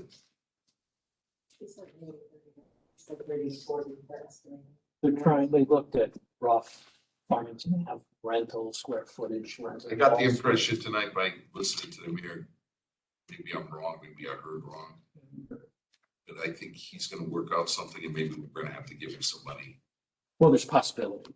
There's a possibility, so that might come out at a later date. I think we're gonna have to put that They're in still the budget. working through it, but Mark's point is a valid one. If we can, find a resolution here. You gotta go They rent the have to- space. They have to move out of the transition academy, they have to move out of the Main Street space. That's 40 to 50 grand square footage, what they estimate based on. We're gonna have to, And potentially build out on the. And the build out. Was that ever determined whether or not they had to move out of Main Street? Because does the town have a lease on that? Well, I don't know, but even. Nobody seemed to know anything at the last meeting. Well, yes, so I asked that question, even if, let's assume they have one until we end of this academic year. Yeah. Then next fiscal year, they'll have to move on, July 1. It'll still buy us a little more time than happened. They made it sound at the town council meeting like this had to happen yesterday. At that time, yes, but things have changed because they have worked out a arrangement with Chamberlain Highway. It did, that was the issue, they thought they had to get right out of Chamberlain. Yeah, but they're Highway working it and out. Yeah. They're working it out, so let them do their thing, and then if it comes back to us, we'll figure it out. I mean, let's not jump to any conclusions. No, I'm not, I'm just saying that money's not in their budget. No, it's not, and we might have to help them How out, I many kids mean, are that's understood, so, but let them do their thing, and then we'll figure it out at the end.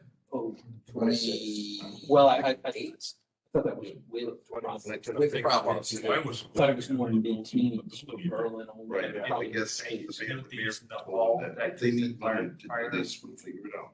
Yeah, they can look it out. There's a hall in Gibson Fire right next to, around the corner from, oh, can't they use that? I'm sorry. Right to them. It's not a fire For the fire department. department. It's an extra income for the fire department. Well, that's a good idea though. Can I ask Sal a question? Sure. How about the building? Sal, on the Board of Ed budget analysis, that first line, items above contracted obligations except tuition, 335. What is that? You know, they show that, bar, yeah, it's those items above the contractual items. So all of them, so the blue shaded area is the contractual items. Yeah, the original increase was 400 came out for benefits. This is the difference. But that's Over and above just salary increase. Those are all the items above that shaded blue area, except for tuition. I left the tuition in there. That adds up to 335. So you're Yeah, but something doesn't, so if you're starting with the 48,190, you've already taken out the fringe benefit reduction. Yep. So wouldn't there, not sure, you're taking out everything up above it. 129, 120. except for tuition. So you're saying all the increases, everything else are coming out on that line? Right. Except tuition.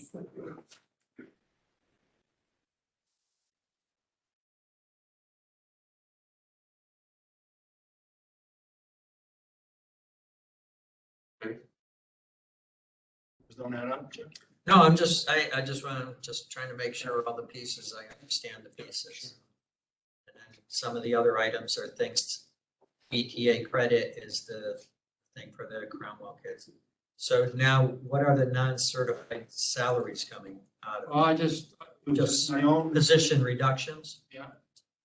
I mean, I was just my basis of saying that they have an uncommitted balance in 2021, about $500,000. So I took $300,000 off their current proposal. That's just my analysis. Okay, so basically you're saying if, since you've already taken out all the new positions, that you want them to lay off? I don't know if they have, any capacity in there if there's any reserve in there. I don't know. One of the items I did want to mention is that in the past, we've seen, some flexibility in their budgets at the end of the year. And a lot of that was due to not the best of estimates on fringe benefit calculations. And that has been done away with the new methodology. So what we used to see, at the end of the year in terms of, where'd this come from, what kind of estimate or whatever, significant amounts of that were coming out of the fringe benefit methodology. So I just wanted to mention that we're into a different era now where we tell them what the fringe benefit is for health insurance. And that amount is charged to their budget right away, right? Day one or? Well, they actually build their budget by person, by plan selection. I actually have their spreadsheet already with all of the cuts and everything. And beginning of July, I go in and do a transfer that takes the money and puts it in the health insurance fund. So that's $6 million maybe? I don't know, 5 million? About Yeah. two for the. That is not a part of the budget where there's any flexibility. I understand. I mean, on the other side, last year we voted on a budget, okay? Again, I had a different position, which was much lower, but come to find out, they didn't spend a penny of their $1 million for open choice. So in effect, that was their reserve that they carried forward into this year's budget. No, they spent this. No, they carried that $1 million from previous year budget into this year's budget. I thought they've spent. No, they didn't. Jerry's instruction to them was to not spend that. Yeah, once COVID started, we said, don't spend that I money. understand that, but that was before COVID. We found out that $1 million, not a penny was spent against $1 million. There wasn't anything spent against it because to your points before, they hadn't been budgeting those funds.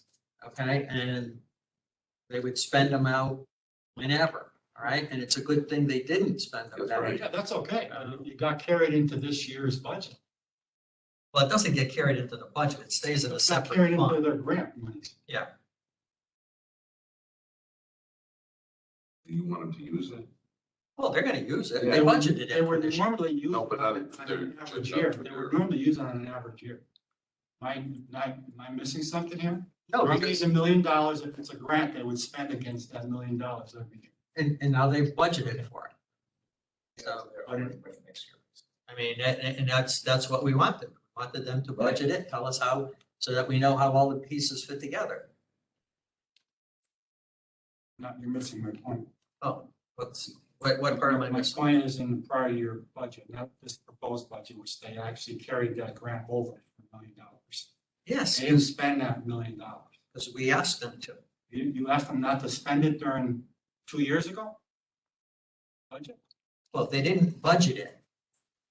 And in December or January of last year, when things started looking like there was gonna be a problem and they hadn't spent it, we said, don't spend it until you use it for COVID money, Which they did use it. which they did. Thank God they did, because they didn't come to us for any money. I'm not saying it wasn't the right reason, but we're miscommunicating here.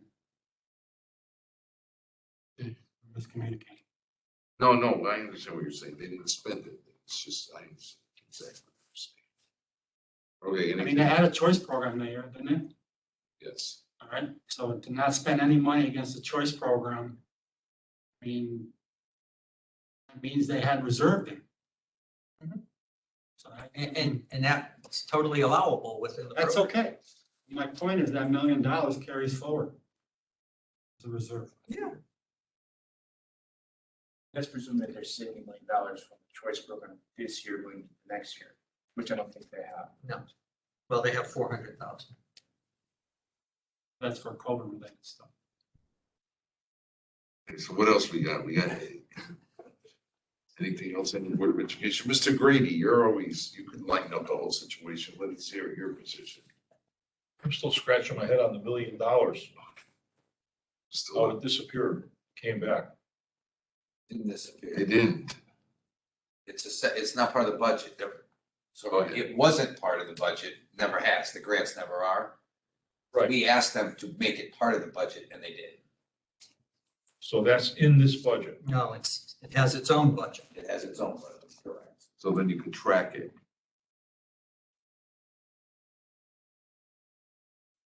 So why would they be hiring teachers? Oh, all right.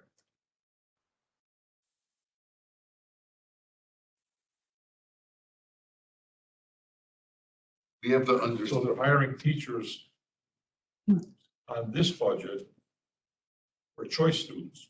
No, they're not. No, it's not for choice. They're They're using not choice money to do it. It's a combination for. But they're using them for choice students. No, No. they're using choice money. But that's not what their budget Teachers said. that will include a choice student in the classroom. So they have one choice student in the classroom, they have 15 Berlin kids going. So it's very smart. Using their money to hire teachers to teach our kids. At the end, you know what, I'm gonna tell you, let's, at the end, it's getting late, so we're getting a little punchy, so we should have a meeting, but at the end of the day, you give them a lump sum of money. They're gonna decide if they're gonna hire a teacher, fire a teacher, lay off teachers, programs and not. We're spending too much time on deciding, and Sal, you did a lot of work, that's great, and I appreciate it. But at the end of the day, it's irrelevant. We have to decide what dollar amount we're gonna give them. If we're gonna give them an X number of dollar amount, and they want to spend, and they want to hire 15 more teachers, that's their problem. We're going to give them the dollars and that's it. I mean, and we have, they make the decision. That's the bottom line. So, I mean, not unless the state legislature changes the law and says that we can go line item, that's a different story, but we're killing ourselves and getting a little punchy over. We're not killing ourselves. No, I mean, I try to This is good, because this gives the rationale of how it gets Bottom line these. is, you know, we always say, every year we come and say, well, I want to knock off $1 million, I want to knock off this, and it's so arbitrary that nobody even understands why we're doing it. It's not, Except for saying that, you know, we have to reduce the budget. it's not arbitrary. No, I just, Not my numbers. not yours, that's right. All right, so now listen, I'd like to make a motion to. yeah, I was just about to say, it's past, you know, geez, my cigarette time is 10 o'clock, okay, so that's important. Is it 10 o'clock? It's almost, so when do we have a motion to, can I have a motion to adjourn? We're gonna resolve this on, when's our next meeting? Wednesday. the 17th. Wednesday, let's bring our cutting hats in. Let's try to get to zero. You're gonna get the corporation council, we're gonna get that resolved in the visiting nurses. So Wednesday night's gonna be an interesting night. I'm excited, can't wait. And it's back here? Yeah, right Back here? So, wait, can I have, whose second is? Somebody said, One question before. We'll get back. Already, man. you were interrupted. He's already mad. So I'm mad too. On my prior question about the police, about the police that we pay for training, is there any kind of research from the police commission, police department, that other towns actually put mandates in their contract that they have to stay for a number of years in service? Yes. I can follow up. I don't believe any of the officers have contracts. Listen, police are doing a great job. My car got ransacked in my own garage. Let me tell you something. We gotta get that overtime. No, I will tell you a little story about the extra police overtime. My stepdaughter came to pick up a package at my house at 12:30 last Saturday night. Cop pulled in the driveway. Who are you? That's right. She's like, it's my stepdad's house. He's like, show me, you know what the code is to get in the house. That's what I'm talking As soon as about. she did, he said, okay. That's what I'm talking about. That's great work. And they're doing a tough job, tough situations. They're out there 1 o'clock, who are we to question their overtime? Now let's. Sure they weren't watching your house? Okay, wait, that's a possibility too. Okay, can I have, listen, we got it, can I have a second? So we can. I'll second it. Okay, all in favor? Aye. Oh my God, thank you. Okay, shut that off. Mr.